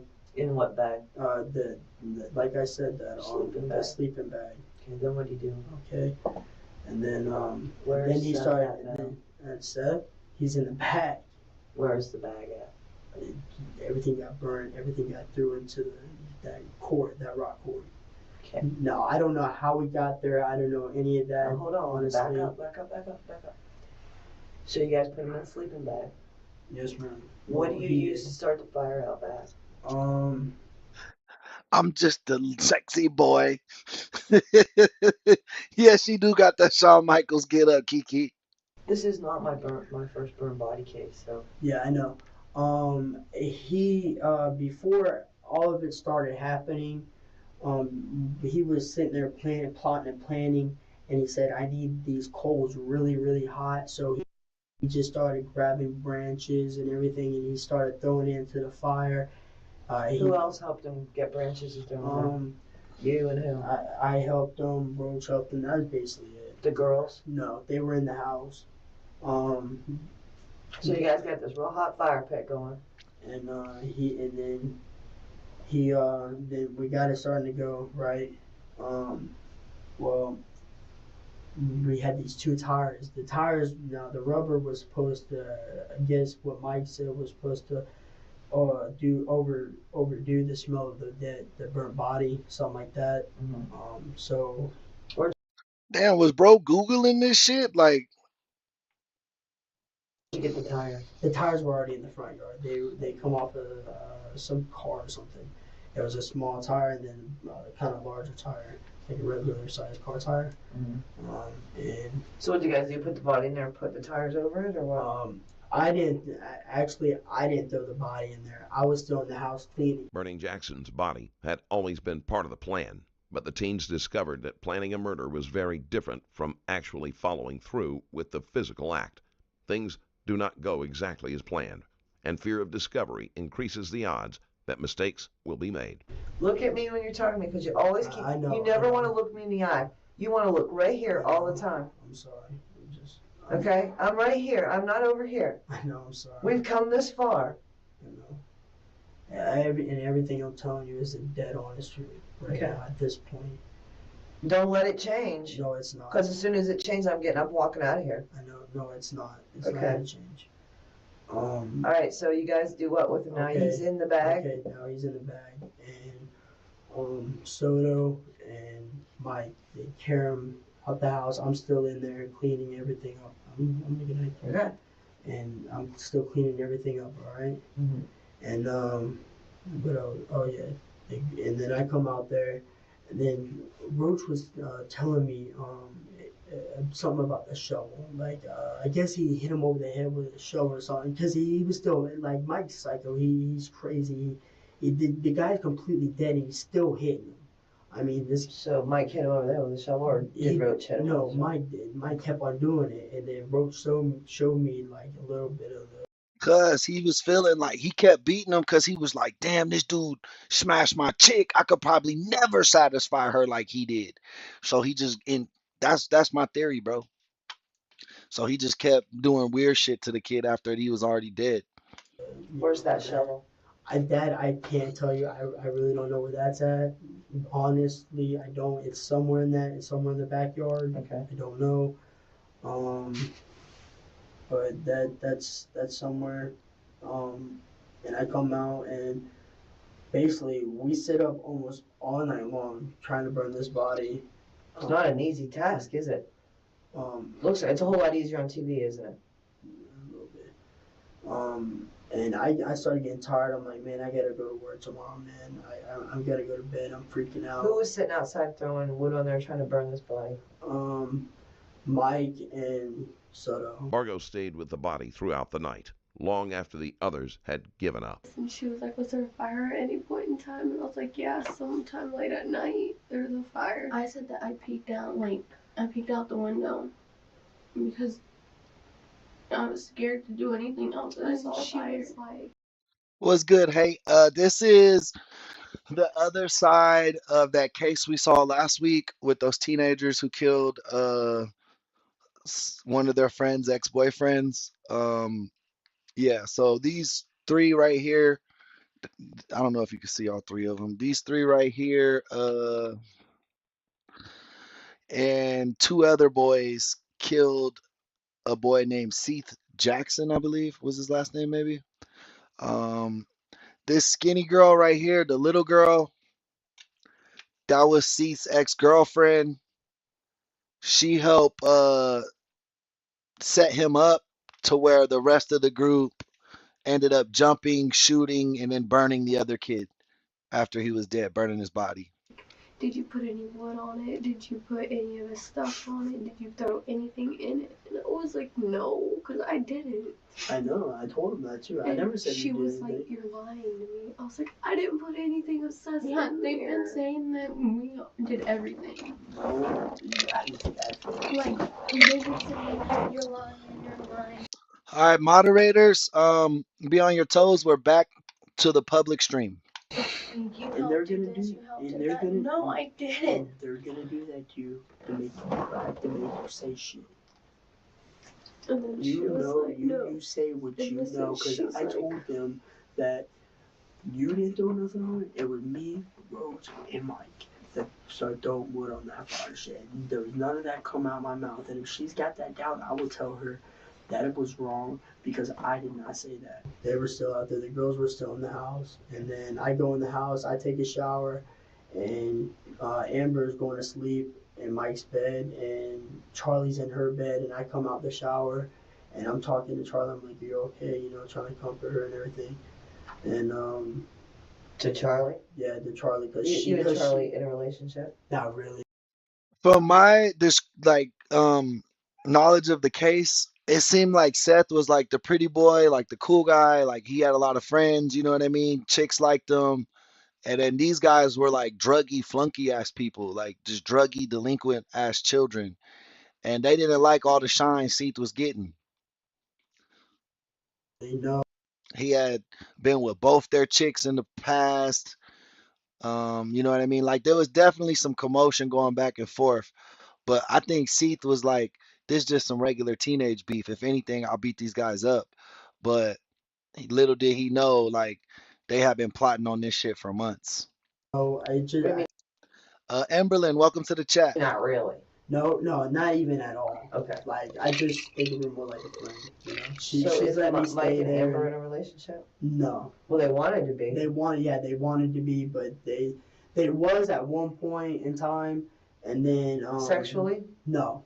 Okay. Amber after Seth. Hooper is wrong about the nature of Wright and Bargo's relationship, but it is hardly the type of information that Wright would share with her brother. Amber didn't want to do anything with Mike, and Mike agreed to it. Mike was like, all right with it. But what really ended their relationship. So Mike was low-key scared of him, too, because he was big as hell. He was like lying, saying that I don't date your sister. We want to be together. We're taking it slow. Like, but there's no way he would have been enraged like that unless he was whipped. Was the Tessa thing, the statutory rape. I guess her dad called the cops and wanted him arrested, and I guess he's a partial cop. Want to do anything with Mike, and Mike agreed to it. Mike was like, all right with it. But what really ended their relationship was the Tessa thing, the statutory rape. I guess her dad called the cops and wanted him arrested, and I guess he's a partial cop or something. Did you put any blood on it?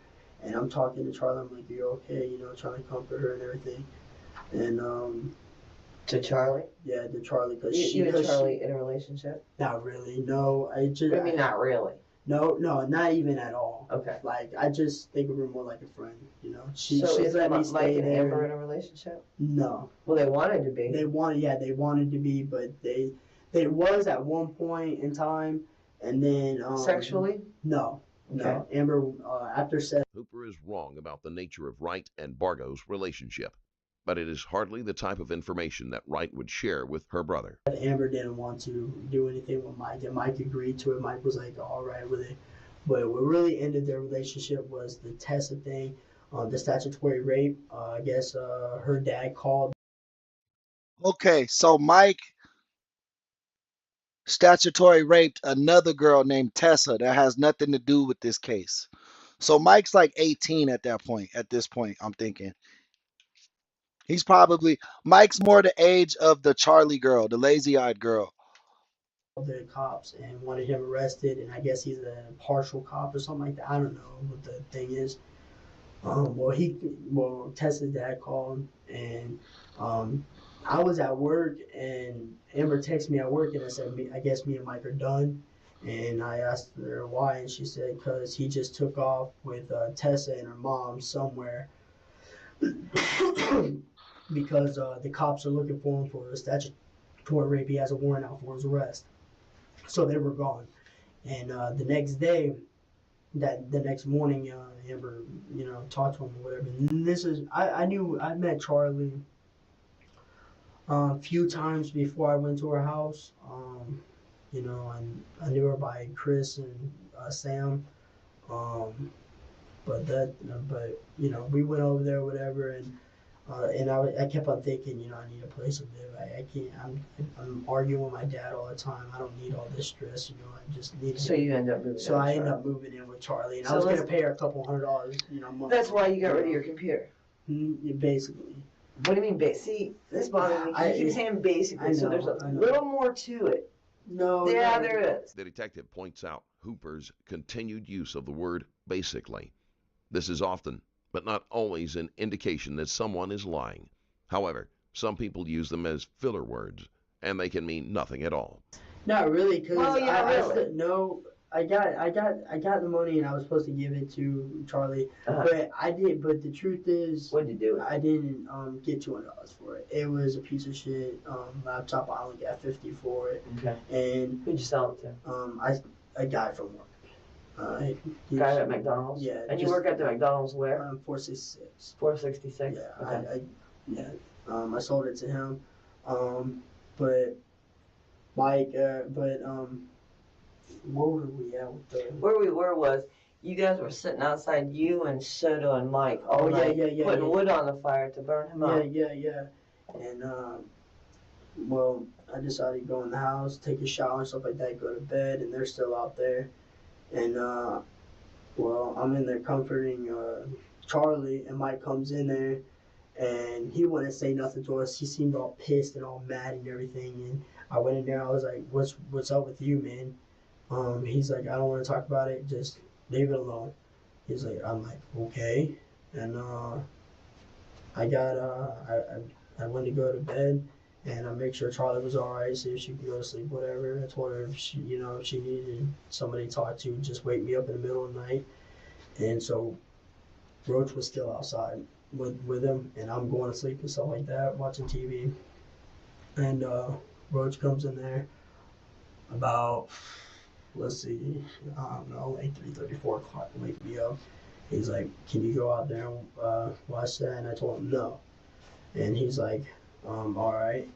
I was like, I gotta go to work. I'm going to go to sleep. So, and then basically after that, it was the morning come up. They're trying to wake me up and everything, and I'm not waking up. So I didn't wake up till about 8, 9, somewhere around there. And I'm getting ready. We're just going around there. Mike's in the back picking teeth from his skull and playing with his tongue. He's all sick and everything. Playing with his tongue and everything. Yeah. Mike was in the back picking teeth from his skull, playing with his tongue. That's crazy. Bro, Mike needs the fucking wood chipper, bruh. I need some wood chippers in the chat right now. Wood chipper emojis, please. Nasty. I said the same. I had the same look. I've seen worse. And he's putting them into them paint, them containers with paint and everything, the ashes and everything. Who's helping him do that? He was at that point. He was just doing everything by himself at that point because everybody just said, "Fuck it, we're done." So basically, at that point, he's like, "Fine, I'll do it," and he's doing everything by himself. And then I'm at work, and so finally I told him, "Okay, I go in the house, go take a shower and everything." That morning, and I told him I'm getting ready to go to work. I'm getting my uniform on. My mom called. She said, "Bring dirty clothes, whatever, wash them." And then I'll take you to work. Well, Mike goes, "All right, can I go with you?" I said, I guess I don't care. Amber wants to go, so we go back over there. And then after that, Amber and you and Mike go to your mom's house. Yeah, did. So she didn't go anywhere with Charlie to Chris's house or anything like that. She went with you. Okay, yeah, she went with us, but but Hey, shout out the chat. We're at 5,100 subs now, guys. Good job, good job. But after that, after my mom dropped me off or whatever at work, I guess Mike was trying to confess to my mom about it, but it didn't really come out that way. And then, but Mike left or whatever, and he was gone all day long. Okay. So far as where were these paint buckets while he was gone all day long? That's what he was doing. He was gonna go take them off. Okay, with who? That I'm telling you the dead honest truth. That I don't know. Like I said, he always had somebody that he was gonna call or whatever. Somehow, Bargo managed to convince James Haven to take him to the quarry where he could dispose of Jackson's remains. So Monday, sometime during the day. Dude looked old as hell, right? The guy they showed, he does not look like he would be chilling with them. Look. All day long. That's what he was doing. He was gonna go take them off. Okay. Hey, Snoopy, welcome back to the chat. Thanks for stopping in on your break. With who? That I'm telling you the dead honest truth. That I don't know. Like I said, he always had somebody that he was gonna call or whatever. Somehow, Bargo managed to convince James Haven to take him to the quarry where he could dispose of Jackson. Look how old James Haven is, bro. James is like 40 years old. How you get manipulated by 18, 19-year-olds to help in a murder? Remains. So Monday, sometime during the day, he called somebody with a vehicle. Yeah, with a vehicle to take them off, and he put them. Yes, he did. He put them things into that dumpster to get them out the yard. Okay. Before we left, he put them into the dumpster. Okay. All right.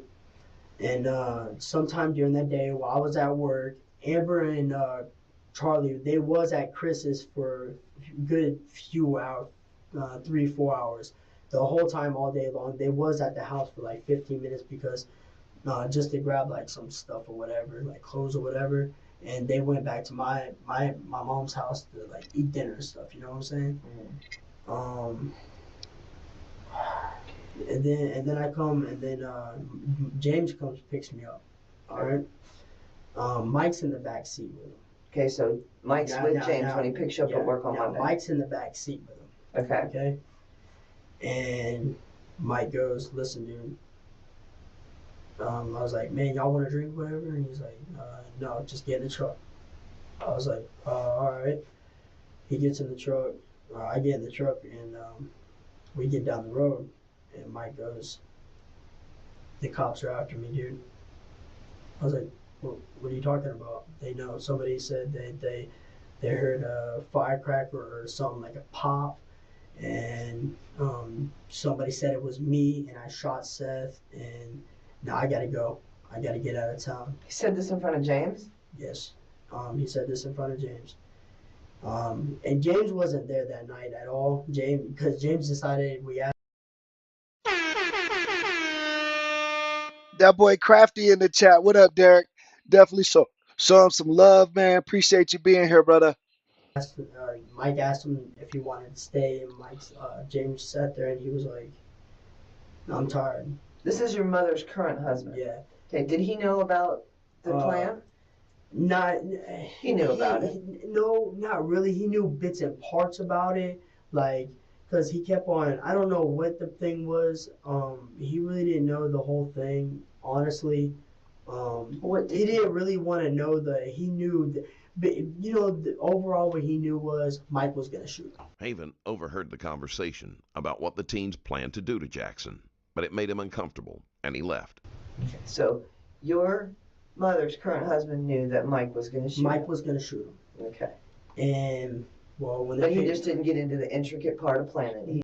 Oh, that was his stepdad? That dude, James was his stepdad.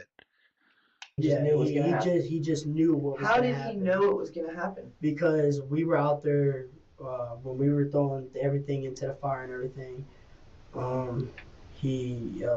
We were talking about it or whatever, and then that's when it comes the conversation about, because James really hates my dad. My dad beat the hell out of him a long time ago when they split up the first time, and I guess James has lost everything, and I guess he was like, I don't care no more or whatever. And then Mike was talking about killing my dad. Okay. And, was James there while you guys were feeding the fire stuff? Yeah. He was there at that point. He was there then. But he decided to leave about, I don't really know the whole time. So he left just after Seth was shot? No, he wasn't even there. Okay. So he left way before that. That don't make sense. That don't make sense at all. You sitting there saying that he helped us build the fire, or he was there while we were building the fire. But y'all didn't build the fire until after dude was dead. Like, if I walk up to a house and it's a big ass tire fire in the backyard, I'm not going inside. Like when we first started building a fire. Yeah, he left. But he and Mike, he knew, because Mike told him you guys were going to kill Seth. And then they had a discussion about killing your dad. Yeah, but James was like, man, I've lost everything. He's like, I don't care no more about him. He's like, your mom and your dad has sold everything in the house that was mine. I don't give a fuck if he's dead or not. I don't care. What do I have to lose? Is your mother back with your father now? Yes, ma'am. Okay. So that's what I'm not understanding. Your mother is now back with your father, and James is out. Yeah, he's been out for like a year now, straight. Okay. So now James is like obsessed with my mom. Okay. Truly. And they were talking about it, whatever. And Mike was like, listen, I can kill your dad. I was like, what? He's like, if it's up to you, because I know you and him has been having a fallout. And I said, no. I know me and him has been having a fallout, but I don't want nothing. I was like, no, don't do it. I was like, no, you don't need to. Why not? Why? Yeah, why not? You guys are now getting along. James is your friend. Because it's my dad. I still love him. Okay. That's why. Okay. And James, he's there. So your stepdad hangs out with y'all because he's still obsessed with your mom? That's crazy. Pick me up. Never heard of no shit like that. And they was gonna kill your dad, bro. They was gonna kill your dad. Cause that's probably how he got him agreed. That's how he probably got dude to agree to help him drive the bodies and go stash them. You know what I mean? In the quarry or whatever they said.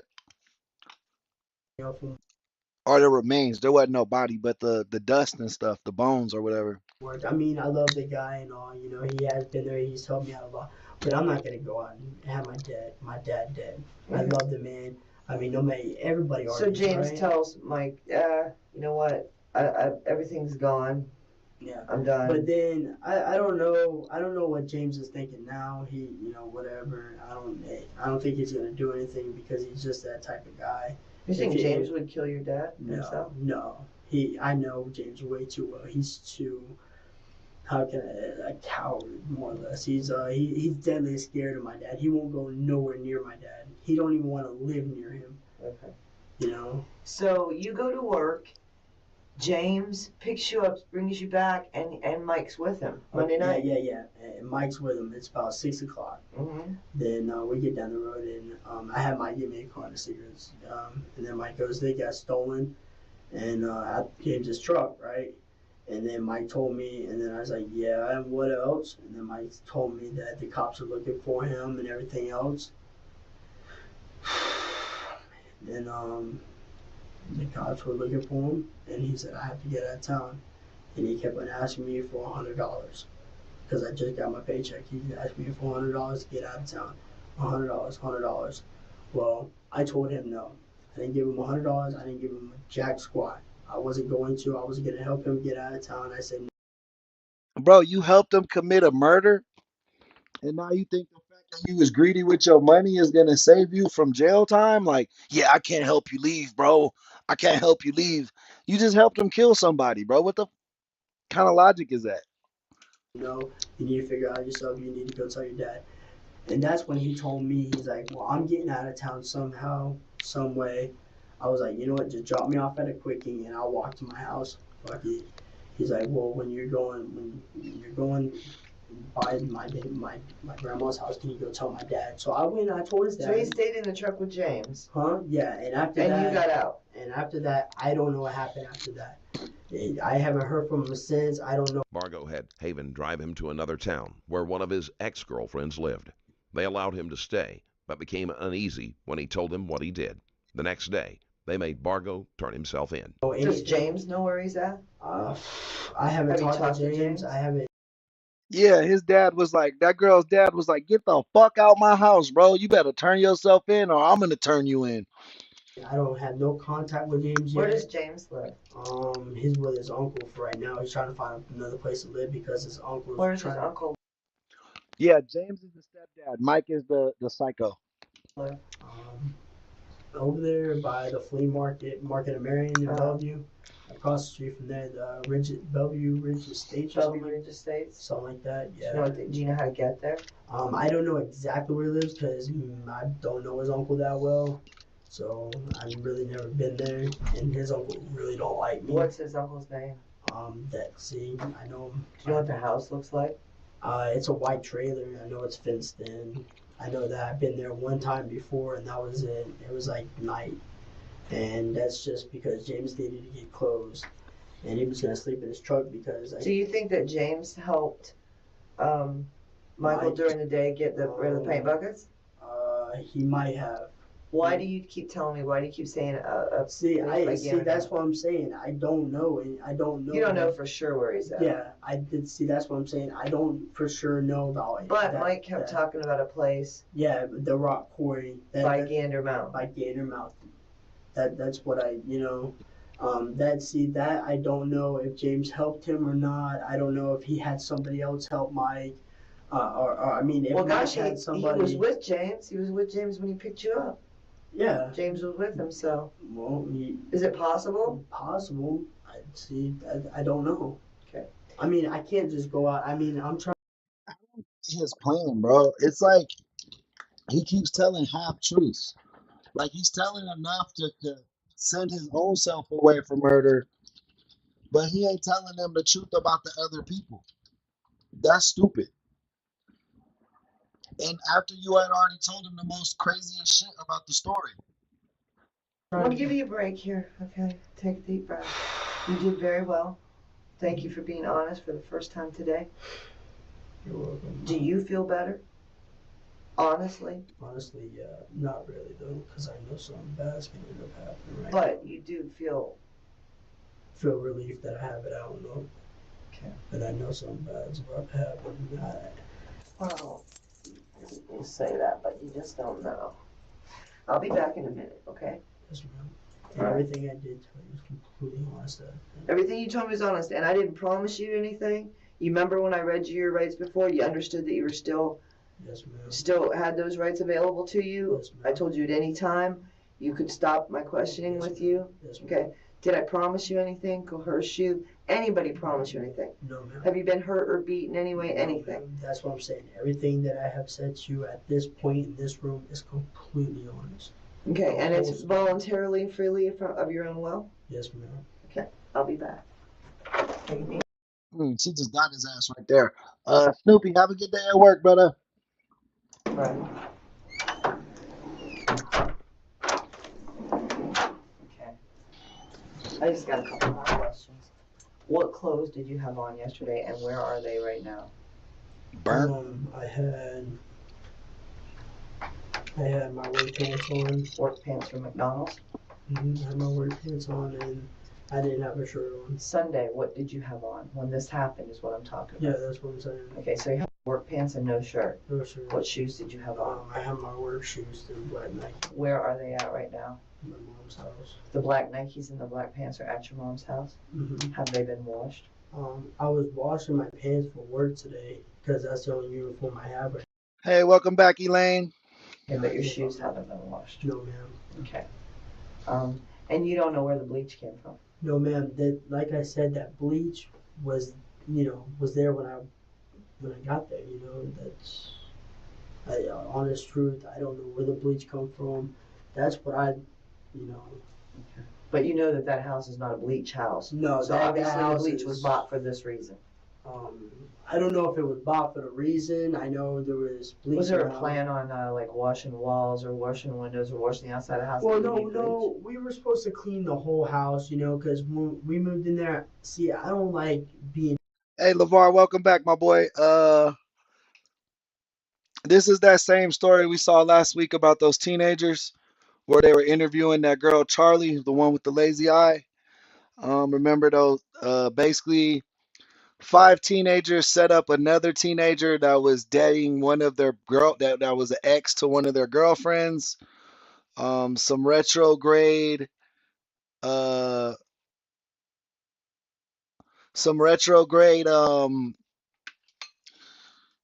jealousy is the cause of this. The victim's name was Seath. The killer, Mike, the whole group of teenagers helped kill him, but the most violent one and the ringleader in terms of like rallying the troops and shit, Mike killed the kid Seath because Seath used to date his girlfriend. I've never been in a house that was completely dirty. So me and Amber and Roach and Mike were supposed to clean the whole house. That's, So you think the bleach was bought for that? It might have been. I don't know. When did you guys decide you were going to clean the house?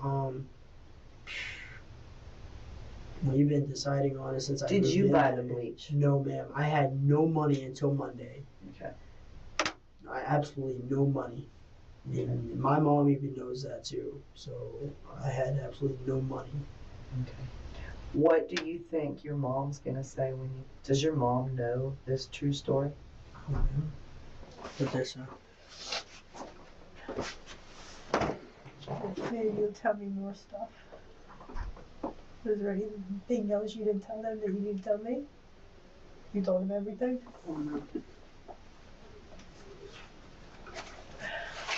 There's nothing.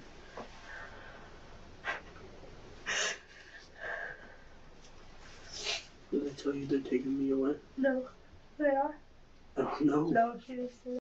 Yeah, LeVar, Seth was the victim. How's your day going, my boy, though? How you doing? Love you, Mom. Love you too. I've heard it said both ways. Like the commentator said Seath, the police have said Seath, but then other people have said Seth. I don't know, but it's spelled like Seath, yeah.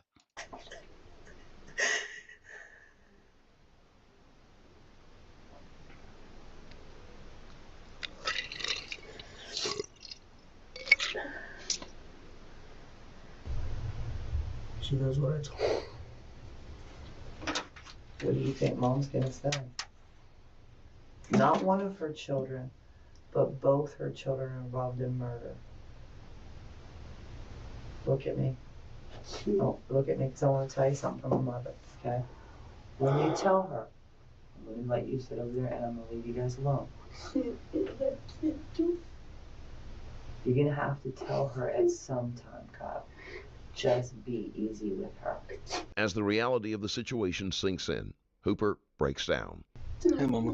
What does she know about James' involvement in all this? She don't know, man. She doesn't know anything about that? She don't know. Okay. Alright. One second. Boy, if you... Switch some rooms here, okay? Kyle Hooper was originally sentenced to life in prison without the possibility of parole in the premeditated first-degree murder of Seth Jackson. In 2014, he received a resentencing hearing at the direction of the 5th District Court of Appeal. Why? Why? No, I don't like that. Which in 2014 found that Hooper could not be subject to a mandatory life sentence as an adult convicted of the same crime would be. The life sentence was kept, but Hooper will be eligible for parole after 25 years. To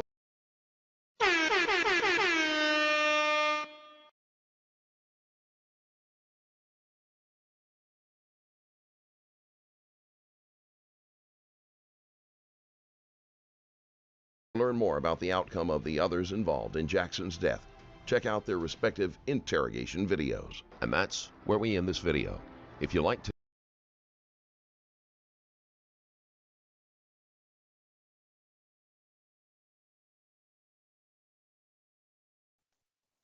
Say hi, chat. Say hi, chat. Say hi, chat. So yeah, I'm mad that they got the appeal, but he still got to do 25 years. Dude ain't gonna be out of jail till he's damn near 50. The only reason he didn't do the whole life is because a technicality in the law in his state. So you know what I mean. I had to give him the horn because they did what they could. I believe we talked about the rest of that story though. Amber, I believe his sister got a similar deal to him. The guy who did the killing, Mike, I think he's on death row. And then the girl, Charlie, she's already out of jail. The lazy eye girl, she got sentenced to life originally, but then her appeal got it reduced to 7 years. And at that time, I think she had been in jail like 10 years. So she got time served and got out. You know what I mean?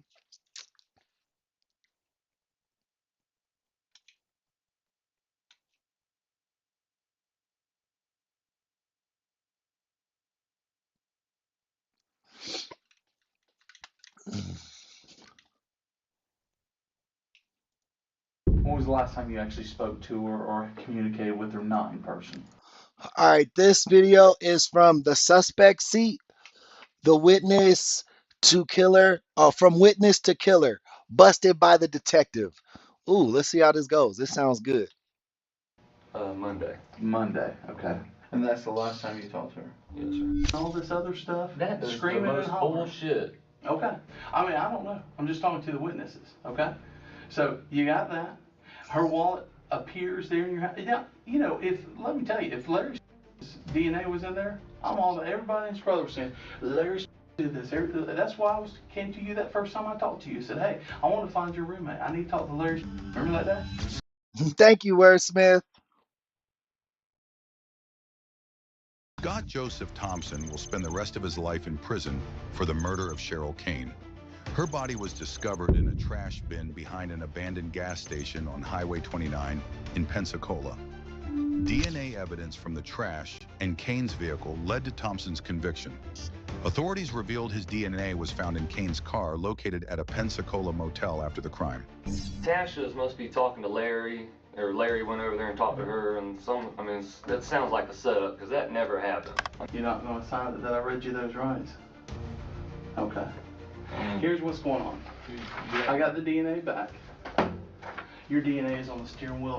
And drove to a secluded area where he disposed of her body in a trash bin. Her wallet and stuff about that. Disposed of her body in a trash bin. Authorities collected crucial evidence, including Thompson's DNA found in Kane's car, which was later located at a Pensacola motel. Additionally, phone records and witness testimony further implicated him. Kane's wallet was Say hi, also chat. discovered under Thompson's bed at his home in Jay, Florida. Nose is itching. Someone must be thinking about me.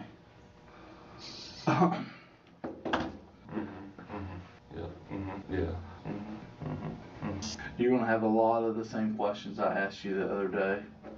Obviously, the new part would be, her wallet and stuff about that wallet. In the interrogation room, detectives began pressing him about their encounter. Was it just a simple exchange over $30, or was there something more behind their meeting that Scott was trying to hide? Scott claimed it was just a quick handoff of money, but his nervousness and the contradictions in his story told a different tale. Was Scott really the last person to see Cheryl before she died? The truth was still unclear, leaving an air of suspense and unanswered questions. What was the last time you saw Cheryl Kane? Friday. Friday. And you were talking about Friday of the week before last, because I was with you Friday. So, and she was found dead on Wednesday, so the week before. Yeah. So, let's see, the 25th was Wednesday, 24th, 23rd, 22nd, 21st, 20th. So you're talking about Friday the 20th? Hater love, I'm so sorry to hear that. My condolences go out to you and your family. And I'm sure you're a great parent. Don't beat yourself up. Of March. That was last time. Yeah. That was the last time you saw her physically. Yes, sir.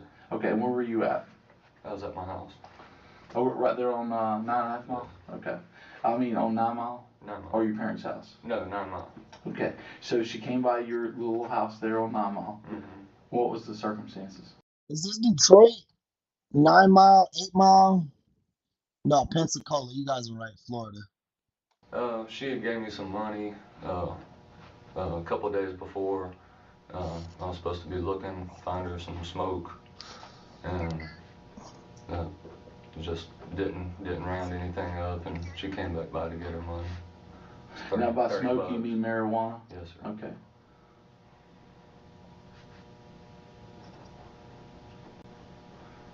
And it was $30? Yes, sir. Okay. And so you didn't have any luck finding her any weed, so you gave her the $30 back. Yes, Was anybody with her when she came by? No, sir. Okay. So she's by herself. What was she driving? Her white car. Okay.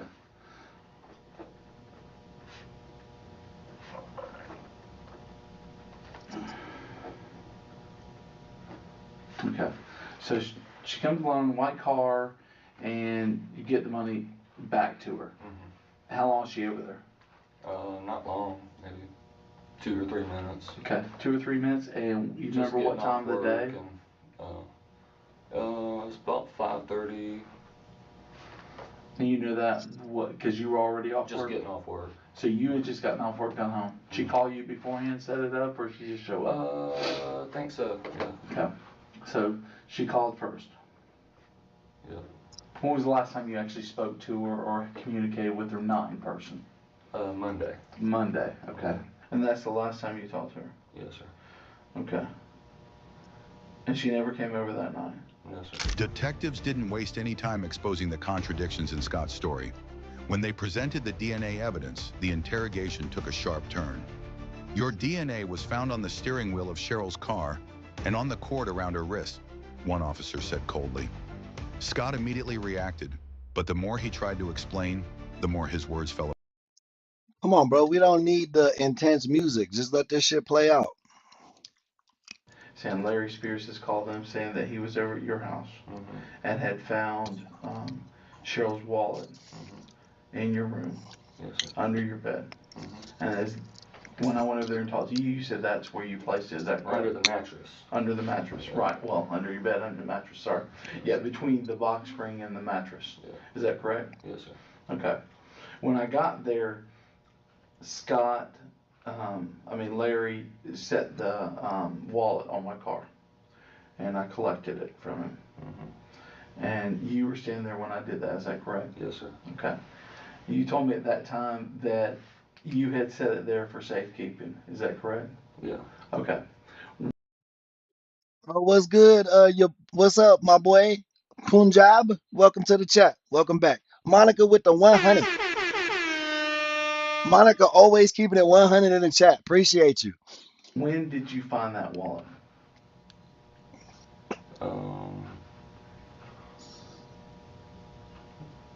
Thursday, Thursday or Friday. Trying to think when did you come over? I came over to your house by Friday. Yeah, that Friday I came by. Friday. It was Saturday. Okay. The next day. So you found the wallet on Saturday. You remember what was the circumstances? Tell me how you found it.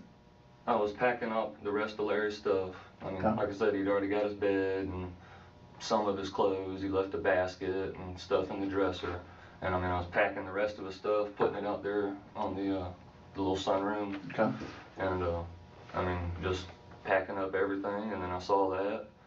And I think the only thing else there was like a hair clip. No, exactly where was it? It was in the dresser. In the dresser. Now, when you found this wallet, did you go through it? I just unzipped it and seen that it was her ID. Did you think that was important? I thought it was just something that would need to hold on to. Okay, so when I came over and I talked to you on Friday, and I said that I was, investigating the death of Cheryl, and then I was looking to talk to Larry, and could you assist me in contacting Larry and all that, you didn't think that finding the wallet in Larry's old bedroom was of importance? I really didn't think of it at the time, like putting two and two together, like, that was her wallet. I just, because, I mean, she's had stuff there before, and, I mean, it really didn't click, like, oh, that was her wallet. I figured it, might have been like an old wallet, or. Okay. But you saw her driver's license in it and all that? Okay. Hey, Brandon, welcome to the chat, my boy. She got her driver's license and all that stuff in there, and you think it was important? Okay, and then for safekeeping, instead of calling me, you put it under your bed? I just stuck it under my mattress. I didn't put it out with this stuff. I knew I was going to. Figured you'd be calling the next day or the day after. Okay, let's see. Right. So the last time you saw her was on that Friday, and she was getting back the $30 that she had fronted you, I guess, to pick her up a little bit of weed. Okay. And now you said that was about 5:30 in the evening. Correct. The last time you spoke to her was on Monday, and you said you had 3 phone calls, somewhere around 5:30, 6, 7 p.m. right in there. Yeah. And you had no more phone call contact with her after that. Not that day. Okay. When Cheryl Kane's wallet was found under Scott's bed, everything started to unravel.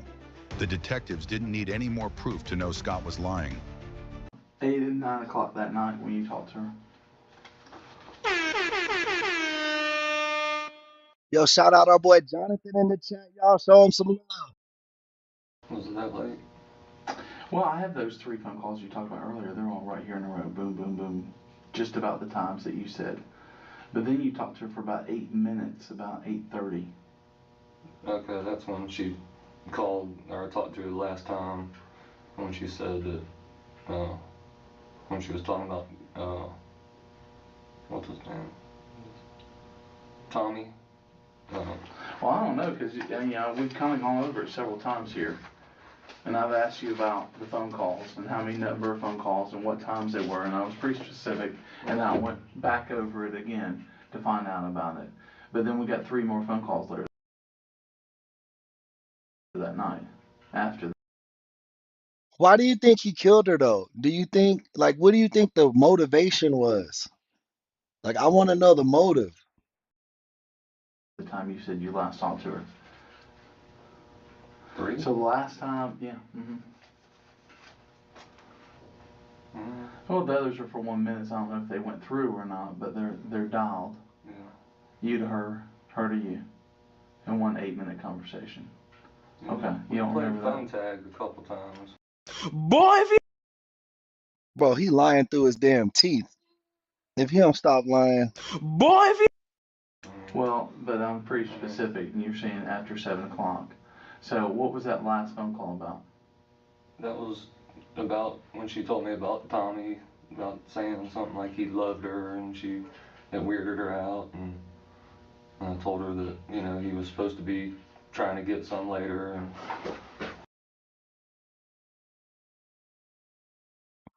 Brandon, I've heard that before, bro. I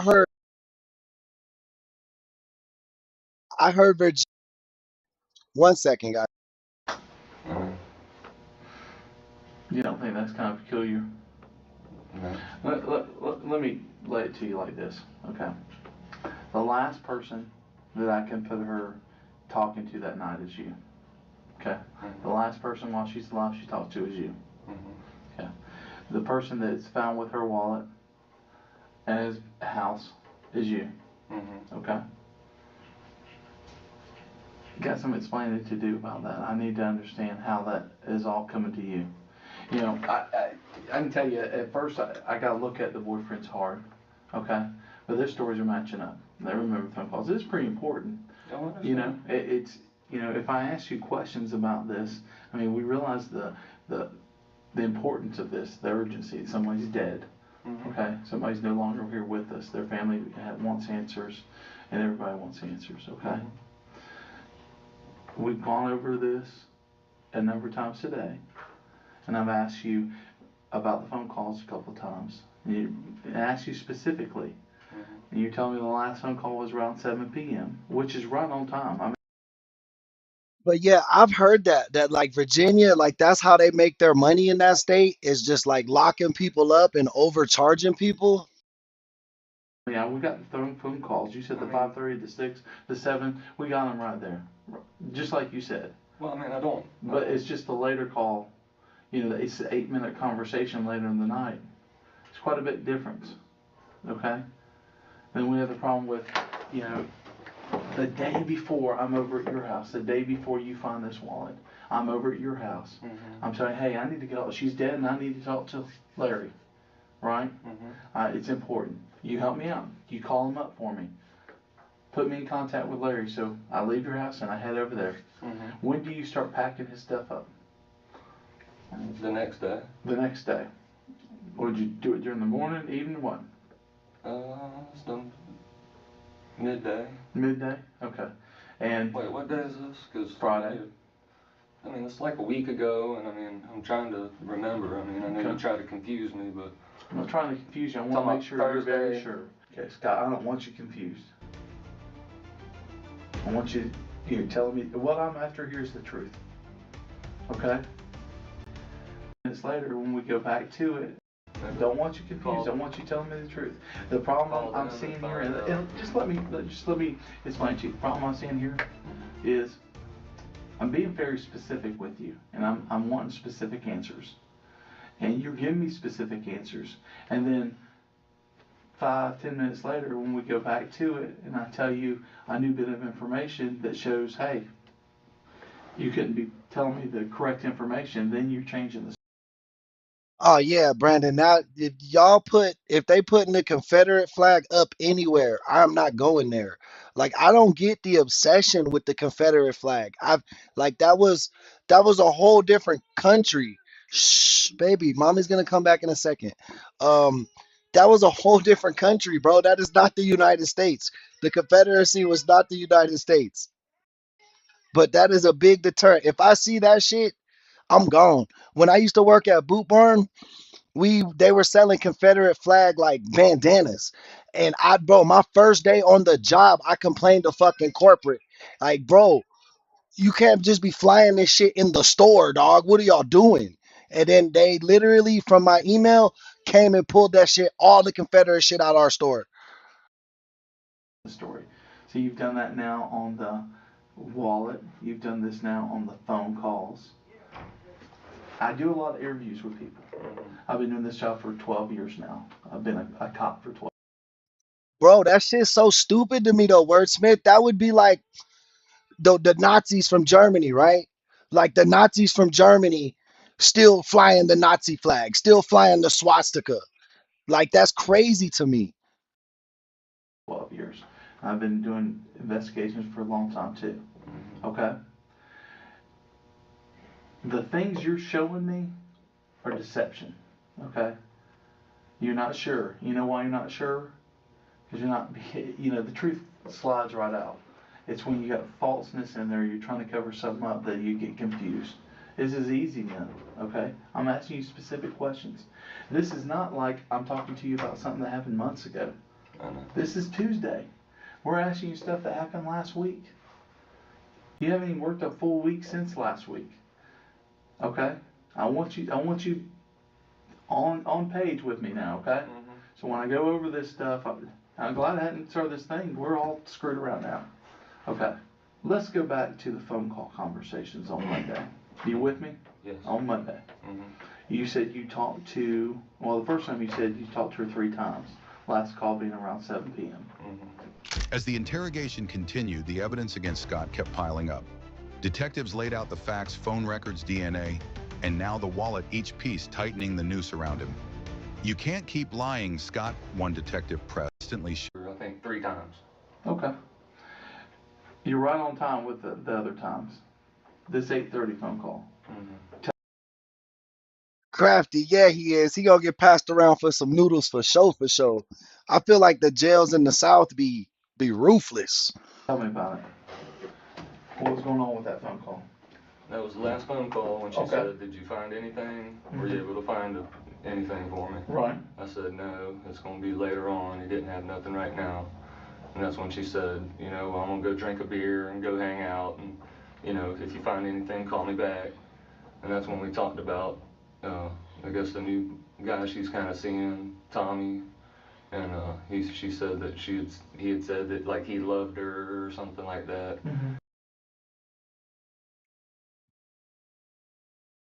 That's his ex-girlfriend. He trying to act like they was just friends. He jealous of her new boyfriend. That's why he killed her. We just found the motive right now. And she just said, it kind of freaked me out when he said that. And, it's kind of weird how he was saying he loved me. And that she was going to go have a beer. And, she goes out all the time. I don't ever go out and hang out or party. Okay. Nothing, but she's a talker. She talks. And okay. So after you have this 8-minute conversation with her at 8:22 in the evening. For sure, Dose. We'll be here. Okay. It ended at 8:22. It actually was started about 8:14, according to the phone records. Okay. Then at 9 o'clock, 9:04, 9:05. That's so crazy, Brandon. They were cool with you. The COs was mad at you because you wasn't trying to incite like racism inside the jail. You just was trying to do your time and play basketball, bro. And people respect that. You know what I mean? But the officers, they don't like that, bro. They don't like when people get along in jail. I always believe that the COs and the jails like push those racial lines. Not saying that it's not naturally there, but I feel like they pour gasoline on the fire. You know what I mean? 5. One call to and one call from Angel, welcome to the chat. Thank you so much for your subscription. you. Do you remember that?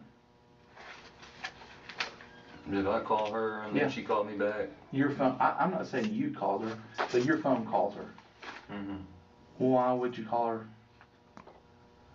I don't want to confuse you, but you just said you didn't talk to her again. Talked to her a bunch that night. It's okay. I'm not saying. But you're telling me this 8-minute conversation, right? Okay. Pretty much you told her it was done there, but then y'all are both calling each other. What? Less than an hour later. Okay. I think. When I talked to her that last time, she was like, you sure you can't get nothing? And that's when I waited and called her and said, no. I really don't even remember if I got a hold of her that time. I think I called her. She didn't answer. And then she called me back. Scott. Am I not being specific? Am I not trying to... I'm not trying to trick you here. People don't ever, get a little confused or, Scott, you've been confused the whole time you've been here. You've been confused the whole time you've been in here. I'm not trying to come down on you. It's just me and you in here talking. I know. Okay? But listen to me. I'm asking you questions about a murder. Somebody's dead. Okay? It's as serious as it gets. The pucker factor in here's got to be max 10. I mean, you couldn't be Yo, Jazzy just showed up to the chat, guys. You know we get hyped when the members show up, so show her some love out there. more of a scary situation than talking about a murder with a homicide investigator. I understand that, okay? But I'm putting your point on, and I'm asking you specific things, and I'm making sure each time I get done asking you this question, are you sure? Are we right there? Okay? You told me this 8-minute conversation ended. You wouldn't have any more reason to call her, but I have both of you calling each other less than an hour later. I mean, I talked to her before that. I mean, I must have talked. He trying to make it seem like he wasn't the last person with her or to contact her, but his phone records say different. You know what I mean? He trying to push it on that new boy she was talking to, Jazzy. That's how you come in, Jazzy. I appreciate it. Appreciate it. You know what, Jazz? You need to you're getting a promotion today. We adding you to the moderation team, man. You show a lot of love and do a lot of work in the chat. We appreciate you. So not only is Jazzy a member, she is now a moderator and a super chatter. You know that's the triple crown here in the community, man. Show her some love and show her some congratulations. Talk to her maybe for 3, 4, 5 minutes. I don't know in my head like, okay, this time I talked to her was the 8-minute. This was the 5-minute. This. I mean, I'm not trying to BS around or. I mean, I want to say that's the truth, and I know for 100%, but I'm not sure. I mean, that's why I'm asking you. What would be the reason to call her after that?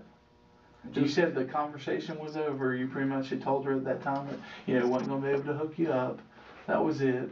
And she gave you a little conversation about Cody, and she said, "Hey, call me if you do run across something." And you said, "Would you have any more? Do you have any more reason to call her?" You said, "No." Did you call anymore? No. Are you sure? I'm sure. And then I pull up the phone records and tell you y'all both have a phone call conversation. Oh yeah. Well, I mean, come on, man. I don't know what to say, man. I don't either because you're changing your story every time. I'm not trying to change my story. Okay. I mean, but do you see my point? I see where you're coming from. Okay. I don't know. I wasn't there. Okay. I don't know. I wasn't there. I wish y'all could have the technology to listen in. I know they got the act where you can't listen or tap in, but I mean, I don't know. I would like to know what and when, but I don't remember exactly when, what call was what, which one was 8. Conversation with Cheryl, and she overhears it. You remember that? Yeah. Okay. Her recollection of that conversation was an argument.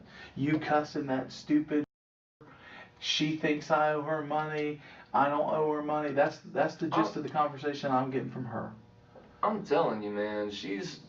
Tasha's must be talking to Larry, or Larry went over there and talked to her, and that sounds like a setup, because that never happened. As the interrogation reached its climax, Scott's denials grew weaker, but he still refused to admit the truth. You ain't drove her car, and you didn't touch the cords, right? Exactly. Okay. Talk to me. How are you? Do you own some of her clothing? Brandon, you got a bill when you got out of jail, bro? That's what I be saying, bro. Once you get in the system, it's so hard to get out. Like, even if you just do something stupid, like get caught driving with some weed or, you know what I mean? Even DUI. I don't believe anyone should drive drunk. Don't get me wrong. But people make mistakes. As long as you don't hurt nobody, you know what I mean? Like, things can be forgiven, you know what I mean, as long as you didn't fatally hurt anybody. But you know what I mean, and we can learn from our mistakes. Once you kill somebody, it's kind of hard to learn from that mistake because you're in jail for life. But like if there's no one hurt on your accident or like your mistake, like there's a way to come back from that, you know what I mean? But the police system and the jail system, once they put you in jail, they don't let you make no money, and then they put you in debt. And I think that's why a lot of people go homeless, bro. Like they get out of jail and they see like, I owe these fuckers $20,000. I'm just gonna go live in another state, like in some bushes, bro. Like I'm never gonna pay that back. You know what I mean? Especially coming from jail where they make like 25 cents an hour. You know what I mean? I mean, have you been over to her house and done her laundry or something? I mean, there's got, it don't just magically appear. And Larry's isn't there. That's what hurts even more. I mean, if her wallet ended up under my bed and Larry's DNA was all over this shit, well, then I probably isn't here talking to Larry right now. But that ain't the case. Okay? All right. Now, I don't know if she attacked you, if she was pissed off at you because you owed her money. I don't know if she threatened you or what happened. But I do know she's dead, she's tied up, you're on her car, you're on the straps around her hands, and you got DNA all over her clothing. I don't understand how that happened. Yeah, this would be, hey, if something mitigating here, this is when we talk about it, you know? This is not that time, well, I'm going to deny. I need to know. It didn't just magically appear. And I think I've been honest with you every time we've been in here. And I've explained things as I went, what was going on. Went and told you, hey, I'm going to go talk to this person. I'm going to talk to this person. Well, that sucks, though. So hopefully, I mean, I don't know what to say to that. That sucks. He's in jail, and then it kind of benefited him, it sounds like. I'll tell you, and I've came back with it each time. This isn't a mystery thing. I don't sit here and come in here and try and tell you, hey, I got this big folder of bullshit. No, this is real stuff. I come in here and I've been straight up with you each time. What up, girl? Stop it. Welcome to the chat. Welcome back. Officer Ann and best friend, how you doing? Here's what I learned. Can you explain this? Now, you've backpedaled in the past. Well, I showed you the phone records. You said, well, I don't remember all those phone calls. Okay? Well, maybe you don't. But we got a situation here where this isn't a memory thing. You're there. That ain't the question. The question is, why are you there? Now, if you got an explanation for that, I'm willing to hear it. Then that's what I'm here to do. I'm willing to hear your explanation. Okay? Sit there and shake your head all you want, but it's there. What do I need to do to...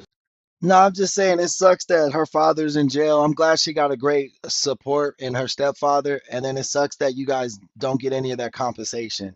You know what I mean? That he got, like I said, it seems like going to jail almost benefited him, like kept him away from his responsibilities. You know what I mean? Sign this. And... That's just saying that you understand your rights. You know you don't have to talk to me. Okay. And if you don't want to talk to me, that's fine. That's just saying you understand that I explained that to you. Okay? Let's see. You have the right to make something. Everything I just read to you right there. Remember him recording you? On his cell phone? Yeah. Mm-hmm. He recorded it off his cell phone. I recorded that. I may still have it. Well, anyway, you just go over, oh yeah, the cops are talking to me about this. But yeah, I talked to him, find out what was going on that day. I've talked to everybody, dude. All right. And, you're arguing with her over money. Do I think that's enough to kill somebody? No.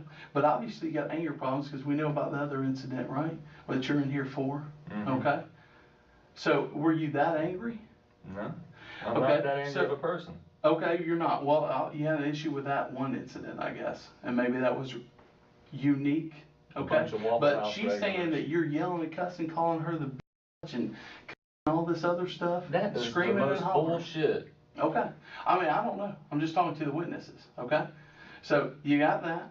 Her wallet appears there in your house. Now, let me tell you, if Larry's DNA was in there, everybody and his brother was saying, Larry did this. That's why I came to you that first time I talked to you. I said, hey, I want to find your roommate. I need to talk to Larry. Remember that day? Mm-hmm. Okay? I'm hot and heavy going. Damn. So they thought it was Larry, the new love interest at first, but then that's why they brought him in as witness. But then as the story kept egging along, more and more DNA kept coming out that he was actually the last one. The phone records, the DNA, all the evidence points that he was the last person to contact her. I'm trying to talk to him because everybody and his brother saying, hey, Larry had some girl die over his house, and Larry's a bad person. He was with her. He's probably jealous. She's got a new boyfriend. I'm all about that, right? I go there, find out. Phone records show him up in Alabama. I can actually see him because he's making phone calls as he's going up to Alabama. DNA, none of it comes back on him. Who she's talking to is you. Where her wallet where we find her wallet, it's in your house. Did she leave her wallet in your house the day she came over to pay you? Maybe that's it. She leave the wallet over there today she come and pay you? She'll here, give me the money you want, and here's my wallet too. That wallet. Your explanation is you find it in Larry's stuff. Did we walk through that house that day? I didn't see it sitting around. I didn't see it sitting around there. Did you? All of a sudden it appears? And it's under your bed. I think that, you know, if I was going to go back and look at this and see, hey, what did he screw up on? That wallet would ring big time. I think the wallet you screwed up on. I think you did a damn good job with fingerprints. You must have gloved up, and it's hard with electrical tape. With that big, thick black tape, it's hard to tape stuff up with gloves on.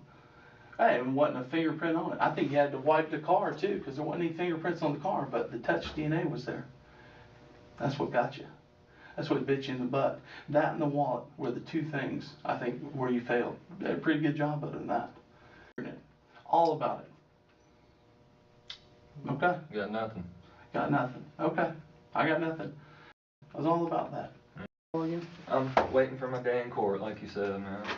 Okay. We'll have my day in court, like Okay. you said. That's what we did. Come on. In the end, Scott's lies caught up with him.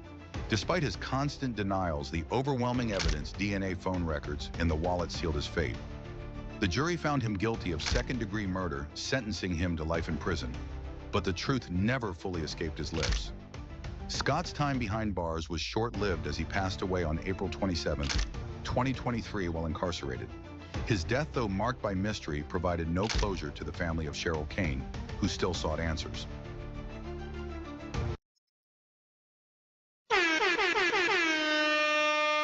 So it looks like he got life on the second-degree murder charge, and then it seemed like there was some type of street justice taken care of in jail. You know what I'm saying? So I think I wish the family got a little bit more closure from him by just being honest, like what the fuck happened. But in the end of the day, you know what I mean? He got what he deserved. So that's a horn. But man, that's gonna be the morning stream today, man. That was our first ever members only stream. It started out for the first 90 minutes, members only. Appreciate you guys. I want to thank our today's sponsors. Today's sponsors were Chris Watt, Tony Anderson, Sweetest Cat, Just Jazzy, and Monica through her gifts in the chat. So thank you guys so much for the support. We love each and every one of you guys. Make sure you come back for our 3 o'clock stream today, 3 p.m. Western time, 6 p.m. Eastern time. That'll be a 2-hour stream leading right up to the Chargers game today. But thank you so much, guys. Appreciate each and every one of you. Time for the outro music. Peace and love. And the other punches when you can throw two punches that sound like one. You can throw punches, you can hear them. They were two, but they sound like fucking one punch. They don't understand. Anybody that hears this understand all the fight. They know what I'm saying. You do two punches that sound like one.